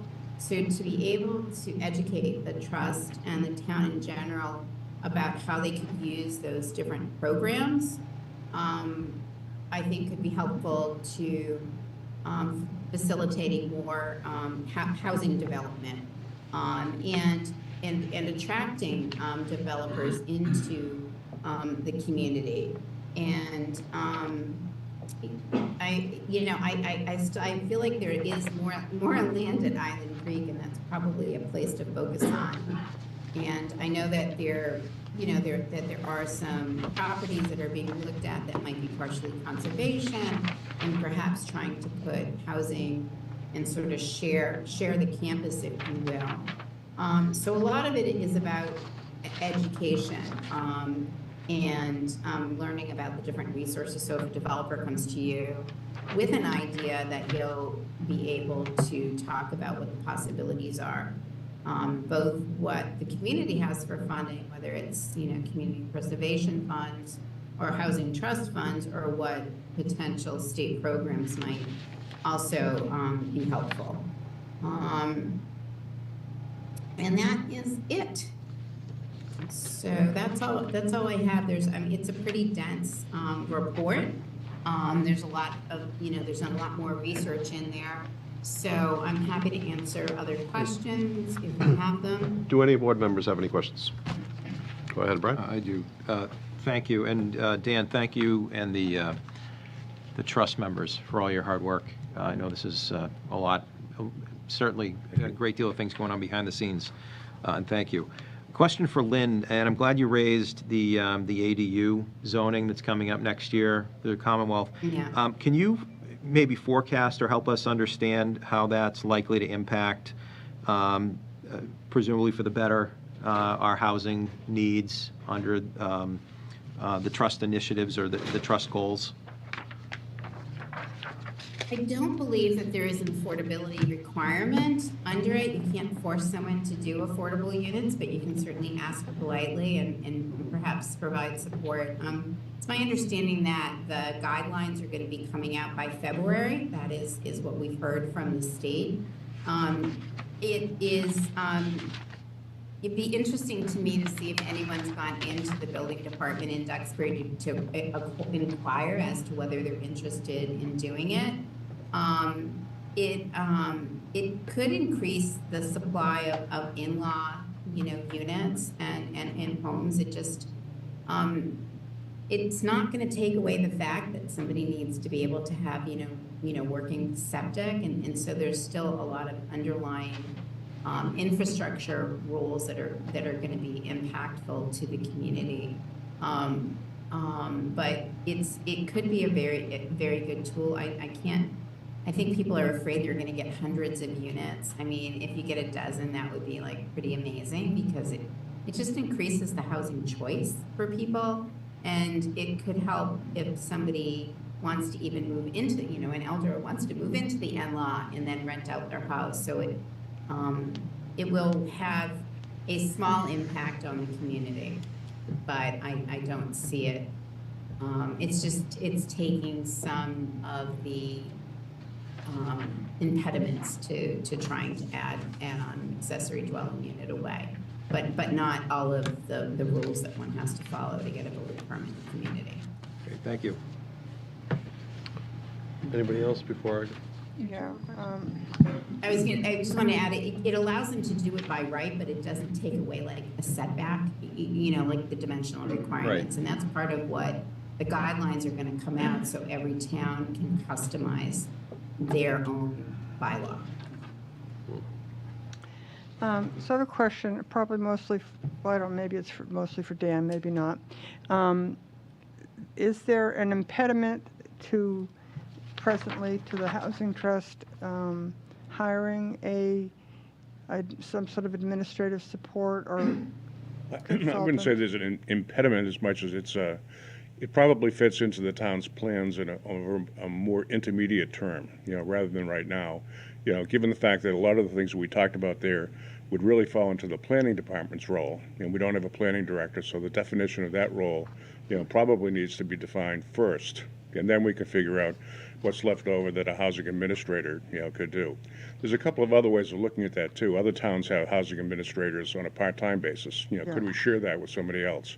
There are some places where they're regional administrators. Again, people that'd be perhaps better educated than we are as a trust on different programs that are available at the state level. So I think we need to do some exploration of that process, and that before making any firm recommendation to the town. And I certainly don't see that happening for at least a year. It seems to me, I was on the Community Preservation Committee. It's probably been 4.5, 5 years ago now, and it was being talked about at that time. Yep. And about the money coming from the Housing Trust portion of the CPA funds. Yep. Well, that becomes a more realistic possibility for us now that the the CPC, charge has gone from 1% to 3%. Yeah. And 10% of that, that comes back to us has to go to housing. So there are more dollars there to, accommodate whatever housing needs other people might have in town, not just the trust. Yeah. Oh, absolutely, but it seems, it just seems like such a good idea. Yeah. To do that. The other, you may all have questions, but I'd like to hear from the planning board, who seems to be here, at least a few of them at some point. Could I just ask a few Yeah, questions? that was my other. I agree with you. Go right ahead, Amy. You want to go first? No, you can. Doesn't matter, maybe it's the same Matter question. of, I just had, on the slide regarding amending the trust documents, there's 2 bullets that I was just hoping to get some explanation. So one was to clarify trust authority to acquire or dispose of real property and reporting to the select board. So if somebody could I would like to understand that. And the second one is to clarify the need for agreements between trust members and the select board. 2 obviously good questions. The first question with regard to the authority of the trust comes about because we had lawyers looking at some of the documents for us as we were trying to figure out what we should be doing here, and they came to the conclusion that the trust could buy and sell property without approval of the town. We don't think that's the case. We think that, it's certainly at a minimum we need to advise the Board of Selectmen, if not, seek the permission of the Board of Selectmen before buying or disposing of property. And so, we just want to be sure that we, that's dotted, the I is dotted and the T is crossed and there's no ambiguity. The second point, with regard to the agreements between the trust and the members and the Board of Selectmen, came as a complete surprise to all of us on the trust, because none of us have an agreement of any form with the Board of Selectmen. And we're not even sure what that was intended to cover, what relationship that was supposed to codify, or in what way it was supposed to enable or, restrict, So we need to, either take that out of the trust, enabling legislation, if you will, or, figure out what it was intended and go forward with it. But again, as I say, it came as a complete surprise to all of us. Yeah, I wish I had a better answer, thank you. Dan, before Lyd started presenting, you mentioned that, and maybe I heard you wrong, the Duxbury Housing Production Plan, us approving it or supporting it, is in and of itself an exemption to the 40B. Well, if the Could you plan explain that? If the plan goes through the various stages of various process and is approved by you, is submitted by the town manager to the EOHLC. Yeah. Well, it's much easier when they were DHCD. Yeah. They would then, if they grant us, they approve it, then anybody who's got a 40B that goes to the zoning board, and the zoning board doesn't like, necessarily the, design or other restrictions within the plan. Typically, they could go to the state and appeal that, and in many cases, the state, agrees with the developer to the expense of the town. But in the case where you have a good faith effort or a safe harbor from an approved plan, they're precluded from doing that. So it protects the town, it protects the zoning board essentially. Let me add something. You're confusing a couple things. So putting in a housing production plan is really good because it shows that you're making an effort to look at planning. So it could, if your community is producing units, you might be eligible to become a housing choice community. If you produce units under the housing production plan that are more than a certain percentage of your total housing units, you can become a certified community. And you might have a year or two safe harbor to not be forced to approve a 40B. So doing the plan itself is not necessarily protection. Units have to be produced under it to get that full protection. But it's always good to, have a plan and show that the community is making an effort to look at the issue. Is there a deadline for submitting this to HLC? The initial plan that we had expired in April of this year, so we're operating without a plan at this point. Yeah, so the sooner that you get it in, they usually approve it within 60 days. it's, the better, the sooner you'll have some sort of, protection. I don't think they're gonna have any comments on the plan. Obviously, this is the third time we're going in front of them. But it can't go in without both, the select board and planning board, approval. It's just an electronic submission. Few other things. The Halls Corner working group, I know that was mentioned in an earlier slide. That's a moving piece too. But the focus of our discussions has been on transportation. And we are going to be discussing at our meeting tomorrow night the scope of the project. So I don't know how that would change this production plan, but I just bring that to the public's attention because it may have been explained to you differently when we had a different planner about that Halls Corner project. So I don't necessarily think that it's maybe as presented here and about rezoning Halls Corner to allow mixed-use development. Don't know that that's ultimately where that is going to go. So I just... You don't think Halls Corner is gonna have, the rezoning will have any kind of a residential component to it? I don't know, and I don't want to speak for the group. All I can tell you is that they're discussing tomorrow night, open meeting, the scope of what we're asking and it's in its infancy because you've got, it was only a grant for the study itself. So that's all that we got from HLC, or not from HLC, but from the state. Our last.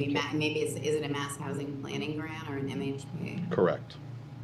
So it would. Do you want us to change that wording so, it's not as suggestive? That would probably be better. And what would you suggest? I can mention it. I don't want to speak for the group. I'm also just a liaison to it. So I could bring it up at tomorrow night's meeting and maybe get back to you about after we've revised the scope or ask the consultant to revise the scope. So, one thing we could do, if you're willing to take a vote tonight, is sort of, vote on the housing production plan, with the caveat that we will be taking out the reference about the tax work-off program and be amending some of the language around Halls Corner. So, sort of thing like approve it as it's going to be amended or something like that, if you're ready to take a vote. And we're happy to, work with you on language that's going to be comfortable. We don't want somebody drawing the wrong conclusion, or we don't want something that's going to impact the planning process. Correct. A couple of other things, maybe just suggestions, but certainly that economic feasibility study.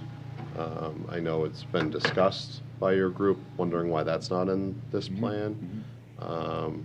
You mean well, there was an economic feasibility study that we had talked about, subject to the approval of the MBTA initiative. And, our vote at the trust was to, support the MBTA initiative with a feasibility study to increase the affordability number from 10 to 20%, but only if the MBTA initiative passed. Since it didn't pass, we've taken the reference to that out.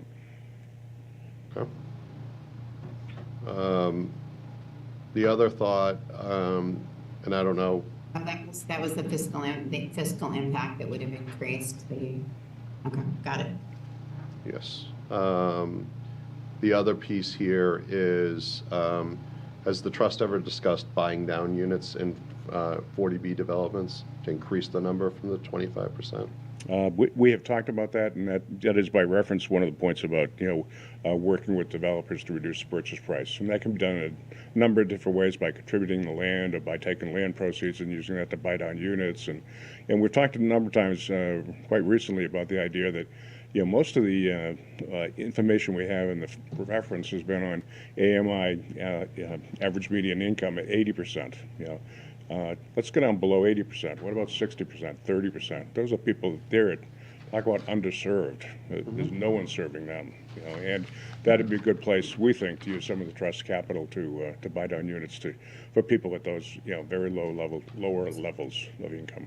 Yeah. Yeah, and Dan, I don't know if you're talking about something different, but we actually, the community did actually have a buy-down program in the past, and the problem is the gap got so big that, you know, to do a buy-down of $500,000 and to even find people that were willing to participate, the program didn't work, so they stopped the program. Yep.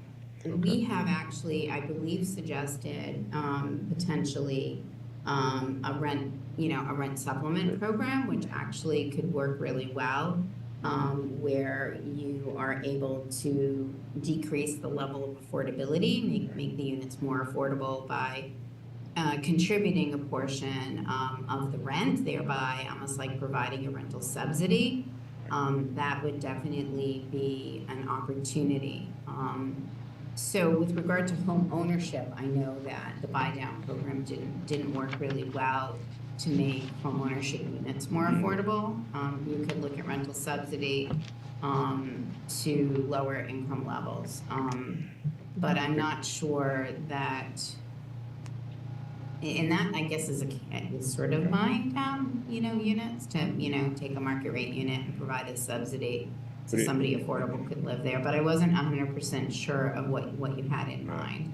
I think a question was regard to 40B, which is obviously a multi-unit development. You know, we did have one house that was purchased and then sold at a discount after having some renovation, and that was 4 or 5 years ago. The fact of the matter is, housing is so expensive in this town. You know, even something that, you know, needs a lot of work, you know, is well beyond anybody's, you know, ability. The trust has $800,000 in its coffers at this point. We can't really go out and buy down a house, you know, and that serves one family. You know, we're trying to serve more families at lower income levels than that. And I think one of the things that also was included in the goals that Lynn had articulated was something I thought was important: program for low and moderate income families to make health and safety improvements to their houses. You know, so that we can help people who are already in a house, but, you know, made improvements to the house. Someone's gotten older, they need improvements for, you know, to get around, mobility, you know, things like that. You know, there's other ways that we can use some of the capital we have to, again, you know, serve the people who are in that population. Yeah, I think that the reason that the rental subsidy works really well is you could basically say that you're going to rental subsidize a unit for somebody for, you know, two or 3 years, and the dollar amounts are much smaller, so you could reach more people with it. Right. Thank you. But you would need someone to administer it, so it's not. You might need to hire like a Metro West to administer it, which is, I think, what Brookline might have done, is have someone else sort of create the program for you and administrative, you know, find the households and stuff like that. So, Well, thank you very much. It's a great idea to try something else. It sounds like the home ownership didn't work. Maybe the rental might. I appreciate your time tonight. We are we've been at this for a while. Are there any, we do want to hear from the planning board. They did support this. If they'd like to say anything else, they are welcome to. There's a couple of people here.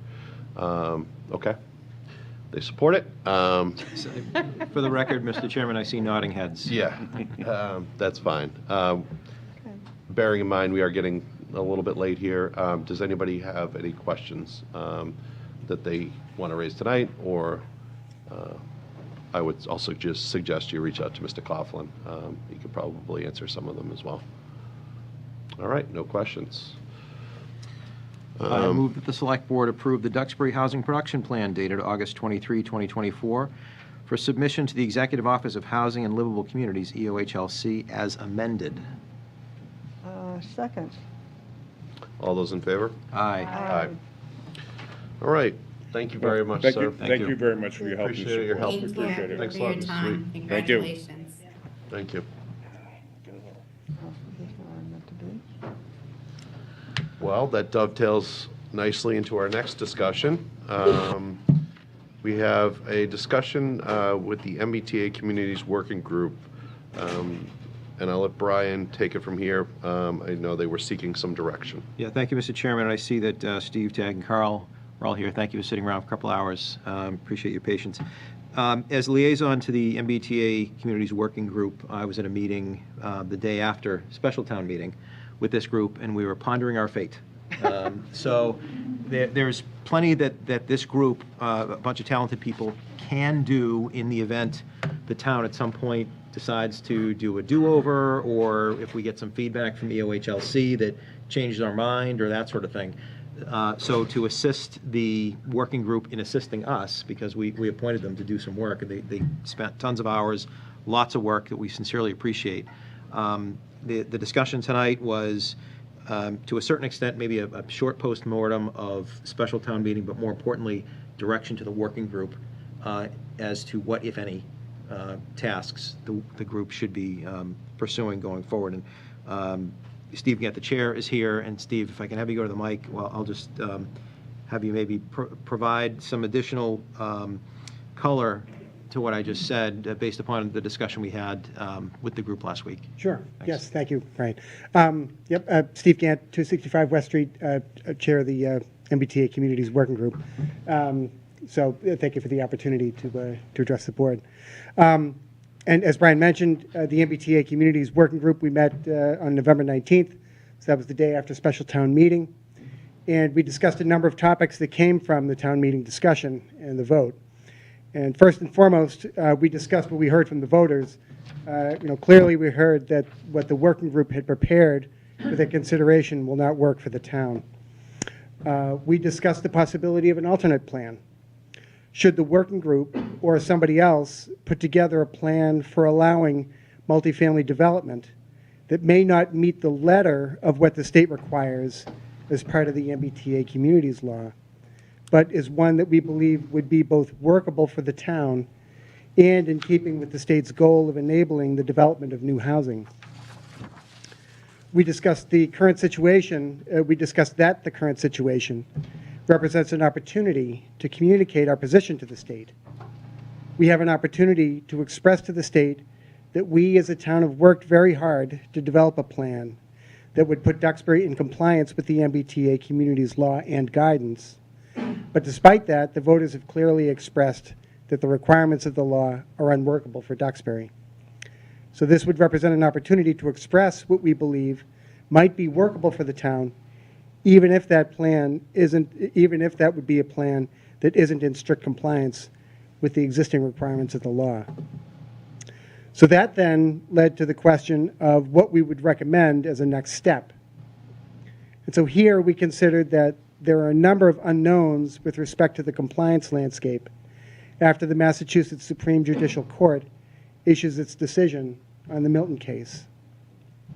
The working group is mindful that it would be possible for us to continue to work now toward a revised plan, while at the same time there exists the possibility that the SJC's decision could result in substantial changes to Duxbury's compliance obligations, and that could have implications for the value and the relevance of any work that the working group would complete in advance of that decision. So as a result of that, the working group believes that progress toward compliance is not possible at this time, and I emphasize at this time, due to the pending SJC decision and the negative vote from special town meeting. But nevertheless, the working group does stand ready to pursue compliance in the future if the Select Board directs further development of the town's compliance plan. I just wanted to add here, as an administrative matter, I would remind the members of the Select Board that the working group's charge currently ends on November 30th, 2024. We have minutes to adopt from prior meetings, including the meeting from last week, that have not yet been finalized. So for that reason, I would request that our charge extend through December 3rd of 2024. That would be our next scheduled meeting. That would allow us opportunity to adopt minutes from the prior meetings, though we welcome any discussion on whether the working group's charge should extend beyond that December 3rd date. Thank you. Thank you, Steve. So that's kind of it. It's what, if anything, do we as a select board, what would we like the working group to do? And I'm happy to kick it off. Yeah. My personal thought on this is we have tremendous horsepower in the form of Steve, Tag, Carl, Phil Thorne, Allison Shane, and Chris Sherman, all of whom worked tirelessly. So there's certainly... But please, Brian, include yourself. That's all right. Thank you. There's tremendous opportunity to keep the momentum going if, in fact, that's something we want to do. My personal concern with that is every one of these people I mentioned have lots of things going on in their real lives, or their regular lives, and I want to be very respectful of their time, and I don't want to send anybody off on an errand that will certainly be well done, but may not be useful to the town at the end. So my thought is we really need to see how this plays out with the courts, with EOHLC, and other communities that are still voting on this. So I think there's a couple more shoes that need to drop before we can intelligently determine what the next step ought to be. But that's just me, and I don't want to necessarily get ahead of myself, but I want to be respectful of the members of the working group who certainly have lots of other demands in their time as well. Allison has her hand up too, just so you know. Okay. I agree with you and your sentiments. An unpaid furlough through the SJC agreement might be, yeah. Well put. Well earned, actually. And I think that's a big point here. This group worked, I think you had public meetings every other week. You set up a website on your own initiative. I mean, the hours, hundreds of hours probably, you put into this. To ask you to brainstorm while we're waiting for the SJC to come up, I think is unfair to you. I, like many of you, have, ideas, and you heard one of them tonight when the Affordable Housing Trust was speaking. But I think they're premature until we know what the landscape is going to be after the SJC rules. I don't see the harm in waiting a month. You deserve your holidays, and and I think we could plan on meeting as soon as we hear something, and get some legal input too. So to that point, I think instead of extending their time to December, Oh, yeah. whether 4th or 5th or whatever you said, doesn't matter, Yeah. is just to keep them Yeah. up and active, and, so that once that ruling is in, or, we get some feedback, then you can, Don't know. if you still want to. I mean, it's not mandatory, obviously. No, I certainly understand that. Speaking for myself, I'm certainly willing to remain engaged as a select board may wish. Certainly we would expect.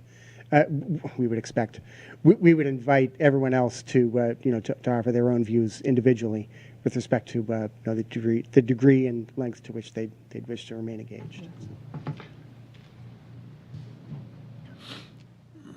All right, so if I may summarize, so we will keep the working group established to a time TBD.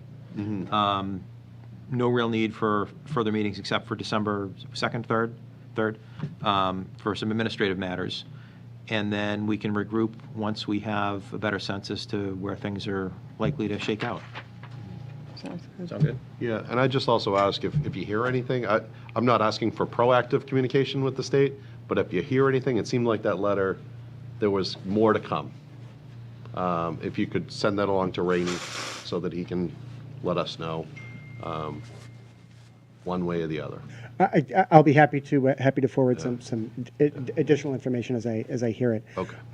I will say I did have a conversation with a colleague of mine at the Massachusetts Housing Partnership late last week, right after the vote occurred, and I mentioned that there's the possibility that we may be in need of additional consulting resources, depending on the extent to which we may want to make changes, if in the future we are making any changes. And so we've exhausted the budget that they had given us, or that we had exhausted the funds that they had granted to us for that purpose. We would be in a bit of a catch-22 on January 1st. We would be ineligible for grants that would be provided for that purpose. But at the same time, that sort of grant would be the sort of thing that we would be used to get ourselves into compliance. Right. She immediately recognized that, and she said that they would certainly entertain the possibility of extending additional funds to us for consulting purposes if they were intended for, again, bringing the town into compliance. So there's that possibility. That door is not closed. Okay, that's good to know. Thank you. Thanks, Steve. I think we have somebody online with a question. Somebody is raising their hand. Susan G. No, that's just. Oh, sorry, that's the mouse. Oh, okay. All right. I'm looking, I'm like, there's nobody there. We do, if anybody from the audience would like to ask a question about this, they're welcome to. Alicia Babcock, Ocean Road South. I think that's a great idea to keep them on standby. Obviously, the town spoke loudly, and I was really proud of us Monday night. Personally, I think that we did the right thing. And I just wanted to maybe make a suggestion that if the working group might, as long as they're staying intact, would it make sense to have the working group reach out to some of these other towns that also pushed back, so that we can start maybe thinking about forming alliances and maybe jointly banding together to, I don't know, in case we have to do something more formal in the future, would that make sense to do? If I can just speak for myself, I think that would be beyond the scope of what the working group would be looking to do. That's not to say that the town, Yeah. overall, somebody from the town, TBD, Yeah. would have those conversations. Right. But I wouldn't put that on the Yeah. working group. But Yeah. I It just appreciate where you're seems going like with that. this time that we're kind of waiting around might be well spent trying to align ourselves with others that are in the same situation. Okay. Appreciate that. Thank you. Anyone else from the audience? Well, anybody else on board? Thank we you to have the a- working group for a job well done. Do we have to take a motion to expand their charge? I think if you look at the website, their expiration dates are good until the end of June of '25. So even though it was November 30th was mentioned, we The don't need to website extend says it? June 30th, '25, I think. Well, they're commissions. Rennie, thank you. A while back I noticed that too, and that seemed odd. And I think I'm going to mention that at the next time I'm at the. And thank you for reminding me of what I forgot. Problem.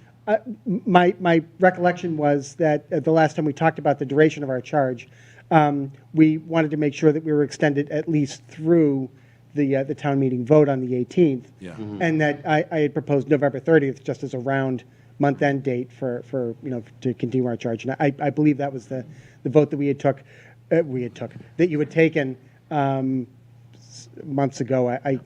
Don't ask me to The quote what website says the date of the meeting was. 25, and if you stay up here longer, we'll just make it for life. Well, already, please. For the avoidance of doubt, I would be pleased to offer a motion to extend the charge of the MBTA Communities Working Group to a date later to be determined. So moved. Oh, my God, that was pretty close. Indefinite. Yeah. All those in Date favor? TBD. Aye. Aye. Aye. All right. Thank you very much Thanks, again. everybody. Yes, thank you. Thank you. Thank you. All right. Well, we appreciate Appreciate it. it. Thanks. Mr. Chairman, if I may, would you mind taking out of order and do the event permit for the annual half marathon? Because Joanne's been on a long time, and I'd like to... Joanne, you're here for the half marathon? And I will, This meeting. I am, and I will Sharon tell you, is also on. I emailed you a new plan, or Nancy just emailed you all a new plan if you have the ability to grab it on your All right. device. So we will jump to that. I need to, Sure, so thanks for having me here tonight, and Sharon's on as well from the Friends. And we're here tonight to request an alternate route to the half marathon. And the reason why we're doing this is because of the bridge closure that has happened this year at East Street.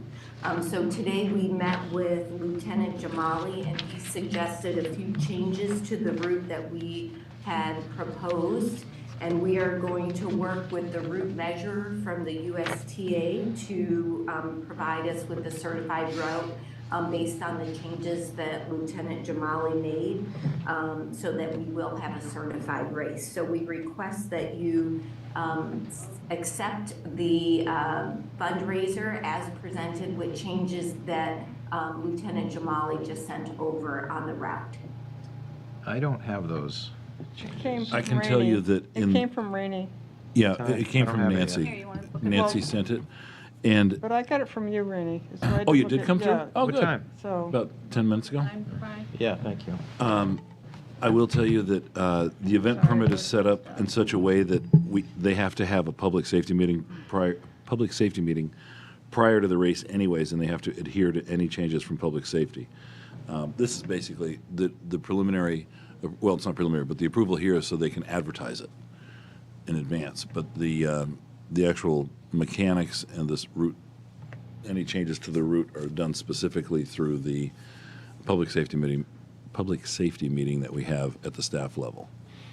Yep, and that's why we met with Lieutenant Jamali today to get his input, so that if there was any changes that he thought were important, we could get those certified, so it is a certified race. Thank you. Exactly. Amy, thank you. Goes right by my house, Yeah. Joanne. I can hand out glasses of water. Perfect, we'll get you to volunteer. How different is the route from what was originally it's proposed? quite a idea. Quite a bit. bit different. It doesn't go Yeah, it's a down. little bit different when you Washington leave the senior center. That first part, because you can't go down East Street, and then it follows, you go across Tremont, down to Bay Road, up I Bay got it now. Road. You sent it to the We're wrong gonna go email. back around Standish like we always did. And the goal really is to stay off main roads. We're looking at even starting the race a half hour earlier just to reduce any traffic congestion. Partridge, one of them, So, Mr. Chairman, if I may, just, my only Yeah. concern is if residents had expected it to go a certain way that was not objectionable, and now it's going a different way that I guess may be objectionable, I don't know. Would it be problematic if we continued this? They got To- 5 months to make arrangements. Well, that's what I'm saying. Yeah, so if, I meant the residents. The for the one-day residents, event. I mean, don't they have some input in this, don't they? They can show up and let us know what they think about it, right? If I had something going by my house, and I showed, and I was notified and showed up and said my piece, that's one thing, but if I didn't think it was going by my house and all of a sudden it changed the night of the hearing, So I I'd be was- concerned. Not a hearing. Go It's ahead. only going to be a one-year change until the bridge is repaired. We really want to go back to the original route. We just needed to do this because of the bridge Yeah. closure. No, I understand the When we rationale. talked to Lieutenant Jamali, the concern he had was initially we had ourselves going down Washington Street, and depending on the speed of the runner, some people would be going down one side and coming back on the other. So we changed that route so we wouldn't have that challenge for the residents. I think I understand, I understand what you're saying, Joanne, but I understand what Brian's saying too, and that the public didn't have the benefit of knowing the change in the route.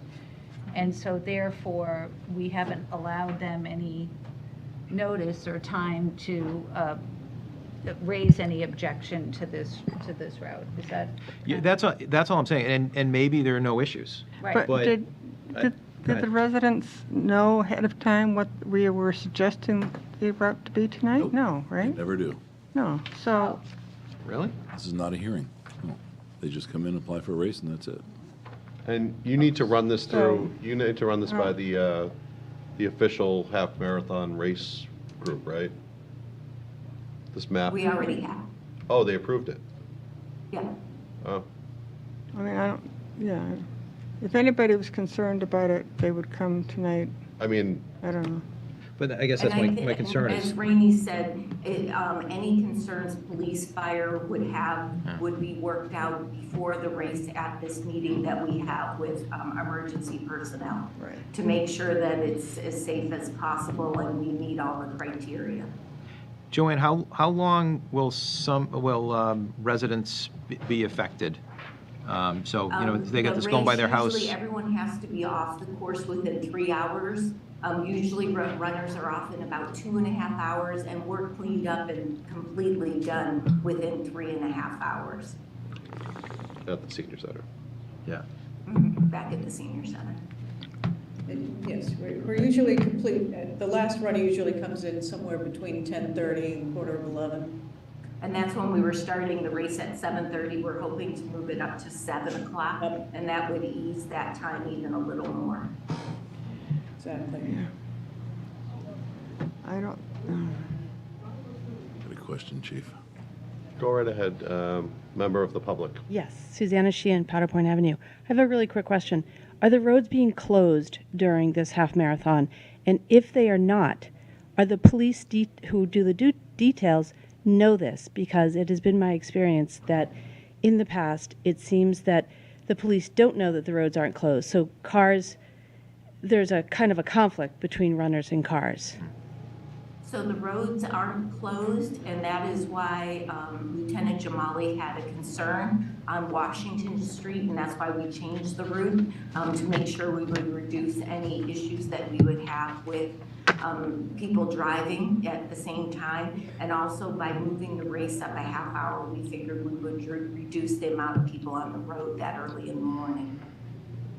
And by the time you got down that end of things, people are pretty thinned out. Right. Well, not me, but. ha, ha, ha, ha, ha. Yes, and all the police are notified that it is not, the roads are not closed, and so we always, that's why we work with them and make sure we have enough police officers at those more difficult areas, Right. so that we keep it as safe as possible. And the police department created this route. Right. I mean, this is nothing, I mean, the route's a little different because of East Street, but it's the same race that goes on every year. Yeah. It's a great cause, benefits the town of Duxbury. And there are no closures. It's getting late. Can we just vote on it? No, I don't disagree with anything. I think that the key portion of what I've heard is that the map wasn't a part of what was put Right. out in the first place. Right. It was just a race. So Right. knowing that, I have no problems All with right. this. I'll take a motion. All right.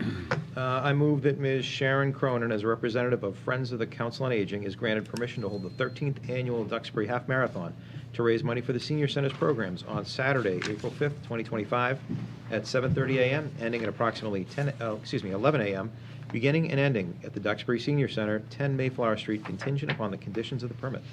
Second. All those in favor? Aye. Aye. Thanks, Joanne. Thank you so much. Take care and happy Thanksgiving. I challenge. Appreciate it, thank you. Nice Thanksgiving. Someone else to run this year. What? Someone else is going to run this year. Not me. Come on. You can't give up now, Mike. I know. You're our select board Get the liaison to picture that. licenses. Let's do the annual liquor licenses. There's a Whatever. number of them. Yeah. This is well, do you want to pitch this, explain this to us? Sure, it's just the annual renewal for the liquor licenses, common Vittler, and entertainment licenses for 2025. Any new ones or anything we should know about? Not that I'm aware, they're all, All are the any same? of them? Yeah, I thought they're all the same. We'll have to put aside an afternoon to sign them all because, Yeah, when do they have to be signed by? When do they have to be signed by? really? Today? Mr. Chairman, just a question. Sure. There's a pen there. Yes, they do have to be signed today. To Mr. Reed, the Bluefish River Tavern is one of the most recent liquor licenses, and I have a recollection when we were originally reviewing it, there was a neighbor that had a concern with hours. I presume that's not an issue. We haven't heard anything. Never heard more anything on further. that. By the way, Cafe Viola is new. That one's new, yes, I remember that one. But I don't remember anybody coming in to talk to us about No. Viola. I remember something about Bluefish. Yeah, we haven't had any There was complaints. outdoor seating in there. I think they abandoned the idea. Yep. No big deal. Okay, well, I'm happy to offer a motion. All right. I Any move other- this- oh, Go right ahead. Go right ahead.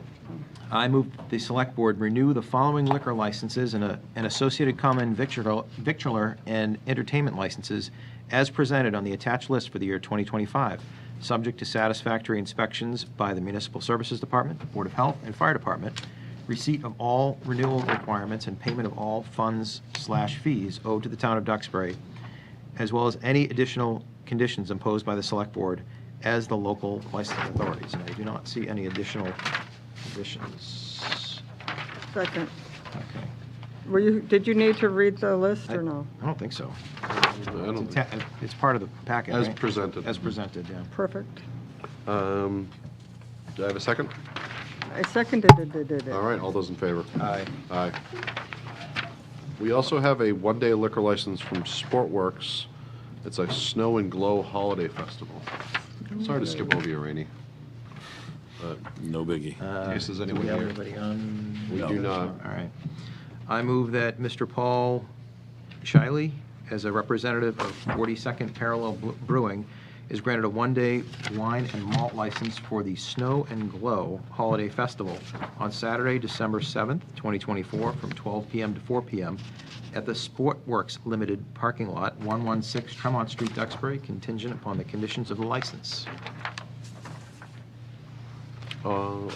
Second, sorry. All those in favor? Aye. Aye. Aye. Okay. The next one, Snug Harbor. Yeah, we have the Snug Harbor Community Chorus Fest fundraiser. I move that Ms. Pam B. Smith, as representative of the Snug Harbor Chorus, is granted a one-day wine and malt license for their scholarship fundraiser on Sunday, December 15th, 2024, from 3:30 p.m. to 5:30 p.m. at the Senior Center, Ellison Room, 10 Mayflower Street, Duxbury, contingent upon the conditions of the license. Second. All those in favor? Aye. Aye. Aye. All right, Town Managers Report. Thank you, Mr. Chairman. Just want to let you all know that the Seawall grant has been received. We're reviewing it now. It is a reimbursable grant, and I've seen nothing in it yet. It's only 4 pages that mentions anything having to do with the MBTA. We're still reviewing it and hope to have it out the door this week. Ooh, Excellent. nice. Yeah. Great. The Powder Bridge Advisory Committee update. We received Alan. Wow. We received 8 talent bank forms from people interested in serving on the committee, and the interview team, consisting of Fernando Friendweiler Sr. and Sheila Scarzi, the DPW director, will be conducting those interviews later this week. This week? Yep. Like Thanksgiving week? Yes. On Thursday, they're coming to your house. So. Excellent. So, Let me finish. I may have more information. okay, please. Powder Point Bridge update. Last week I heard from Charles Kilmer, the Deputy Director and Transportation Program Manager with the Old Colony Planning Council. He advised me that at an MPO meeting last week, MassDOT provided updates on several projects. Allison Shane from the Planning Department, our OCPC delegate, had inquired about the Powder Point Bridge and when MassDOT would undertake the public engagement, she asked when would MassDOT undertake the public engagement with the town and the public and determine the bridge type. Barb LaChance, the district program manager, program planner from MassDOT through District 5, noted that over the winter and spring, MassDOT would continue the work on the bridge type study and coordinate with the town and conduct public participation. Allison made sure to note the importance of the coordination with the town and the public participation aspect prior to the determination of the bridge type. Following the meeting, Barb LaChance inquired to Brian Corderio from MassDOT about the project, and his response was that we plan to have a public process which will allow public and stakeholders to provide feedback and input on the bridge type. I told Charlie that we have created a Powder Point Bridge Advisory Committee, and once the board has made appointments to that committee, I would share the contact information with him and the MassDOT staff as well. Also, the following projects are included on Mass DOT's long-range agenda. In 2027, on the slate, they have the Kingston-Duxbury intersection improvements at Route 3 for the ramps northbound and southbound and Route 3A on Tremont Street. They have the Duxbury Bridge replacement at Powder Point Avenue over Duxbury Bay. The note was that it would be funded over multiple state transportation improvement plan years. There may be questions from the public. And in 2028, the Duxbury intersection improvements at Route 53 and Franklin Street. 2028? In 2028, yeah. And that is my report. Any questions about the town manager report? Yes. Go ahead. So my question is about the formation of this committee. And Yep. maybe this is the first committee that I've been a part of, although we did form the zoning task force. Yeah, But that was and a the Halls task Corner. force. Yeah. Was that a committee? Task force. So we have in place a process for new members and that get appointed to committees that we work off of, and we have liaisons. But when it comes to the formation of a new committee, that we are the appointing group. Yep. I'm just wondering, it sounded to me that there's been a short list of people who are looking over the talent banks that were submitted, and then they're going to appoint the committee? No. They're doing the interviews, and they're going to make a recommendation to you. You will be appointing them. So we They're going to won't- bring you 5 names. They're doing all the interviews for you. And they're going to bring 5 names, and there's Yep. 5 people on the committee, and then Yep. we just, so isn't Yep. that a little bit leaving us out of the process? Well, one of them's a They're- board member. One of the 5 members of It's- the interview committee. It's the way you did with the Coastal Resiliency Task Force. Yeah. The same I was process. I think the person MBTA for group, the, too. Yes. Halls Corner. It's how we've done it with a number of other groups. Yeah. MBTA. I worked with a Weren't you the guy? planning board Yeah. member. There was also the liaison for the Halls Corner to go through the resumes. Yeah, so we're following that same model. You okay? Okay. The other, but to ask this one of the pieces here is that they're working with Jeannie as well. Oh, yeah, yeah, the questions have So all like been the formulated through questions have HR. to be formed Yeah. questions so that Yep. we don't have And they're all the same of each any candidate, issues. to make sure that you're asking that it's a level playing field. Right. Yep. And again, that's fine, I just want to understand, but it sounds a little bit, that there's 3 people, yes, one is on our board. I don't remember talking about this, and I apologized if we had this conversation, Yeah. that this is how this was going to go, and that Fernando was going to, I have no problem with Fernando doing it. We had this Yeah, conversation? I thought we voted to appoint him to. We did. as the- yeah, Oh, okay. I didn't, I either spaced out, but, so I just want to make sure I understand it. So they're going to come back with the people that they recommend, Mhm. and, okay. Yep. And is Friend on the committee? On the interview team, yeah. Oh, he's on the interview. It's not a committee, it's a team. Because when I. There's 3 people. Because when I did it, the MBTA one, it was the planning board person that was going to be on the committee. Yeah, no. And that's what I'm trying to figure out. Nope. Okay. He's just assisting. Yep. He and Sheila and Fernando. Yep. Sheila Scarson. DPW director. Forward Ave. Thank you. Oh, I had one more thing. I wanted to congratulate the varsity football team, the high school. They're going to the Super Bowl, All right. playing Situate. And I have a bet with the town manager in Situate. Whoever wins, and the loser will make a donation to the food pantry of that community. Excellent. I also have a bet with my counterpart in Marshfield, because we're playing Marshfield on Thanksgiving. So I'm hoping they win both, Excellent. probably- Congratulations. because I want the money to come here to our That's food right. pantry. Plus, my son's playing on the team, so All that'd be right. really nice. Anyways, go ahead. In connection with the 3A Route 3 interchange you Yeah. mentioned, Mhm. is it still envisioned that that's going to be a double roundabout? Yes, that was my understanding. Okay. Yep. Great, thank you. I actually thought a lot about that, and I think that's a good design for there. Are you?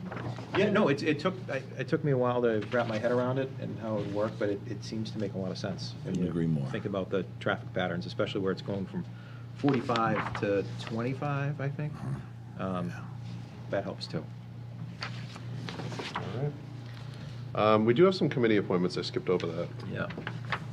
CRTF.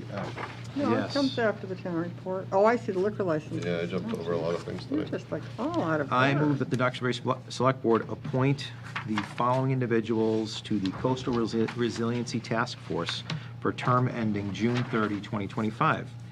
Freeman Bo Boyington III at large and Brian Walsh at large. Second. All those in favor? Discussion on Oh, that one? yes, discussion. Sorry, I'm sure I'm not the only person that received some emails about that. Could I ask about the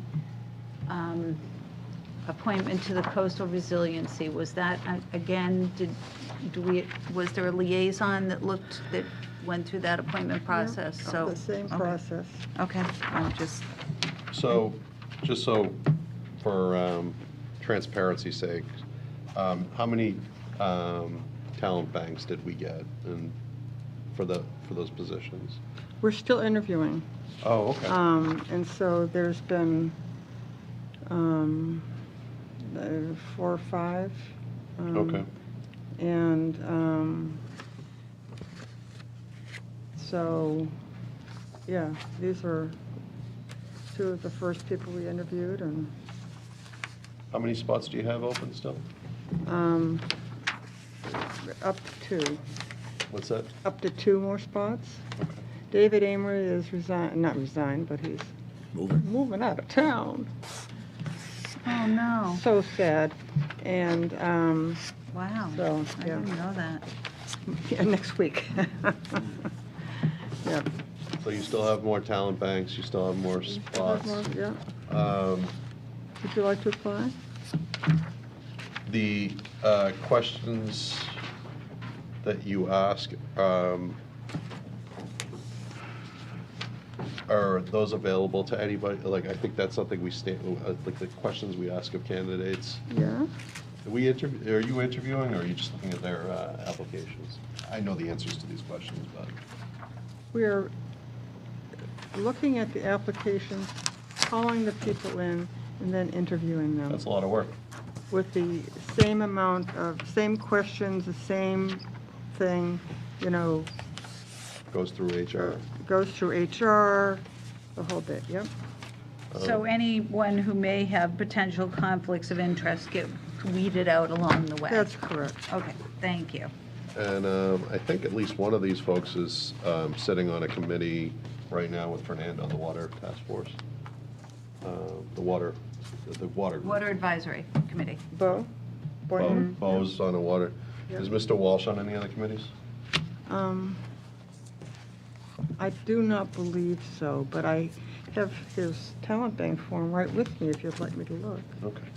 I only mention this because a big, and I don't want to take any credit because it's our human resources and our town clerk, but a big thing that we offered all of our board members and committee members, and something that town employees regularly do, is to undergo a conflicts of interest ethics Correct. training.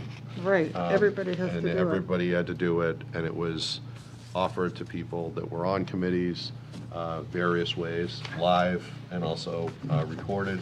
And I probably got about 7 emails from Jeannie to remind us to go to it. Good of you to do so. Thank And you. it was well attended. Yeah, it's mandatory, right? I mean, it's not. Right, we it's all not have to do it, anything yep. we have a choice about. Yeah. And so everybody, both of the candidates that are proposed for the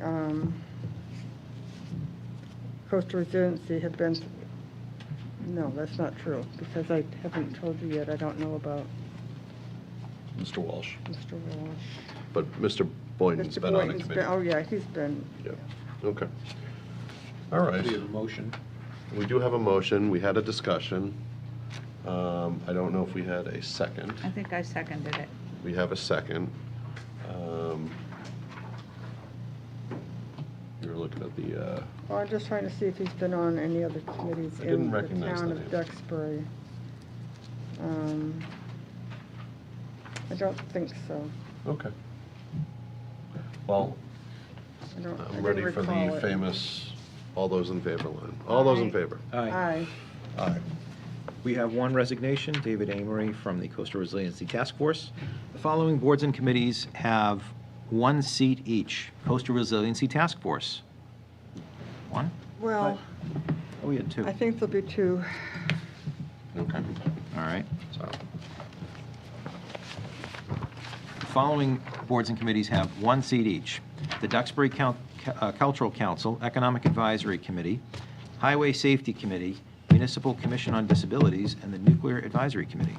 The following boards and committees have two available seats, the Alternative Energy Committee and the Coastal Resiliency Task Force. If anyone is interested in volunteering on a board or committee, you're encouraged to fill out a talent bank form, which can be found on the town's website under the Forms and Documents tab. okay. Thank you, Mr. Amory, for your service. Yes. Yes. Oh, thank you, David. Be missed. Yeah, he's a good egg. Minutes. I held this one up, and I'm still going to hold it up, the executive session minutes, so I'm going to ask to put that over. Okay. I want to, yes, I need to make an edit. Okay. We got sidetracked with town meeting. So we have open session from town meeting. Yeah, that's fine. I will take a motion. I move to approve the November 18th, 2024 Select Board open session minutes as presented. Wow. Second. All those in favor? Aye. Announcements. We have some announcements. I didn't see the Number one, announcements. Town Hall will be closed on Thursday and Friday, November 28 and 29, for Thanksgiving holiday. Number two, reminder, articles for town meeting must be submitted to the town manager's office by 4 p.m. on Monday, December 2nd, 2024. The complete article language and brief explanation of the article are required. Number three, please join us at the annual Jaycox Christmas Tree Sale located at 214 West Street, Duxbury, on Saturday, December 7th and Sunday, December 8th, from 9 a.m. to 4 p.m., weather and tree inventory permitting. Cash or checks are the only form of payment accepted. Fourth and finally, the next scheduled Select Board meeting will be on Monday, December 2nd, 2024, at 6:30 p.m. in the Mural Room. And we have a bonus shellfish season declaration. Good job, Brian. Nice, huh? All right. I move that the Select Board declare a temporary bonus shellfish season for, one, the commercial harvesting of soft-shell clams for the month of December, and two, the commercial harvesting of quahog clams for the month of December. All right, I'll take a second. Second. Oh, second, I'm sorry. All those in favor? Aye. Aye. Aye, I That's would it. like a motion to adjourn. So moved. second. All those in favor? Aye. Aye. Aye.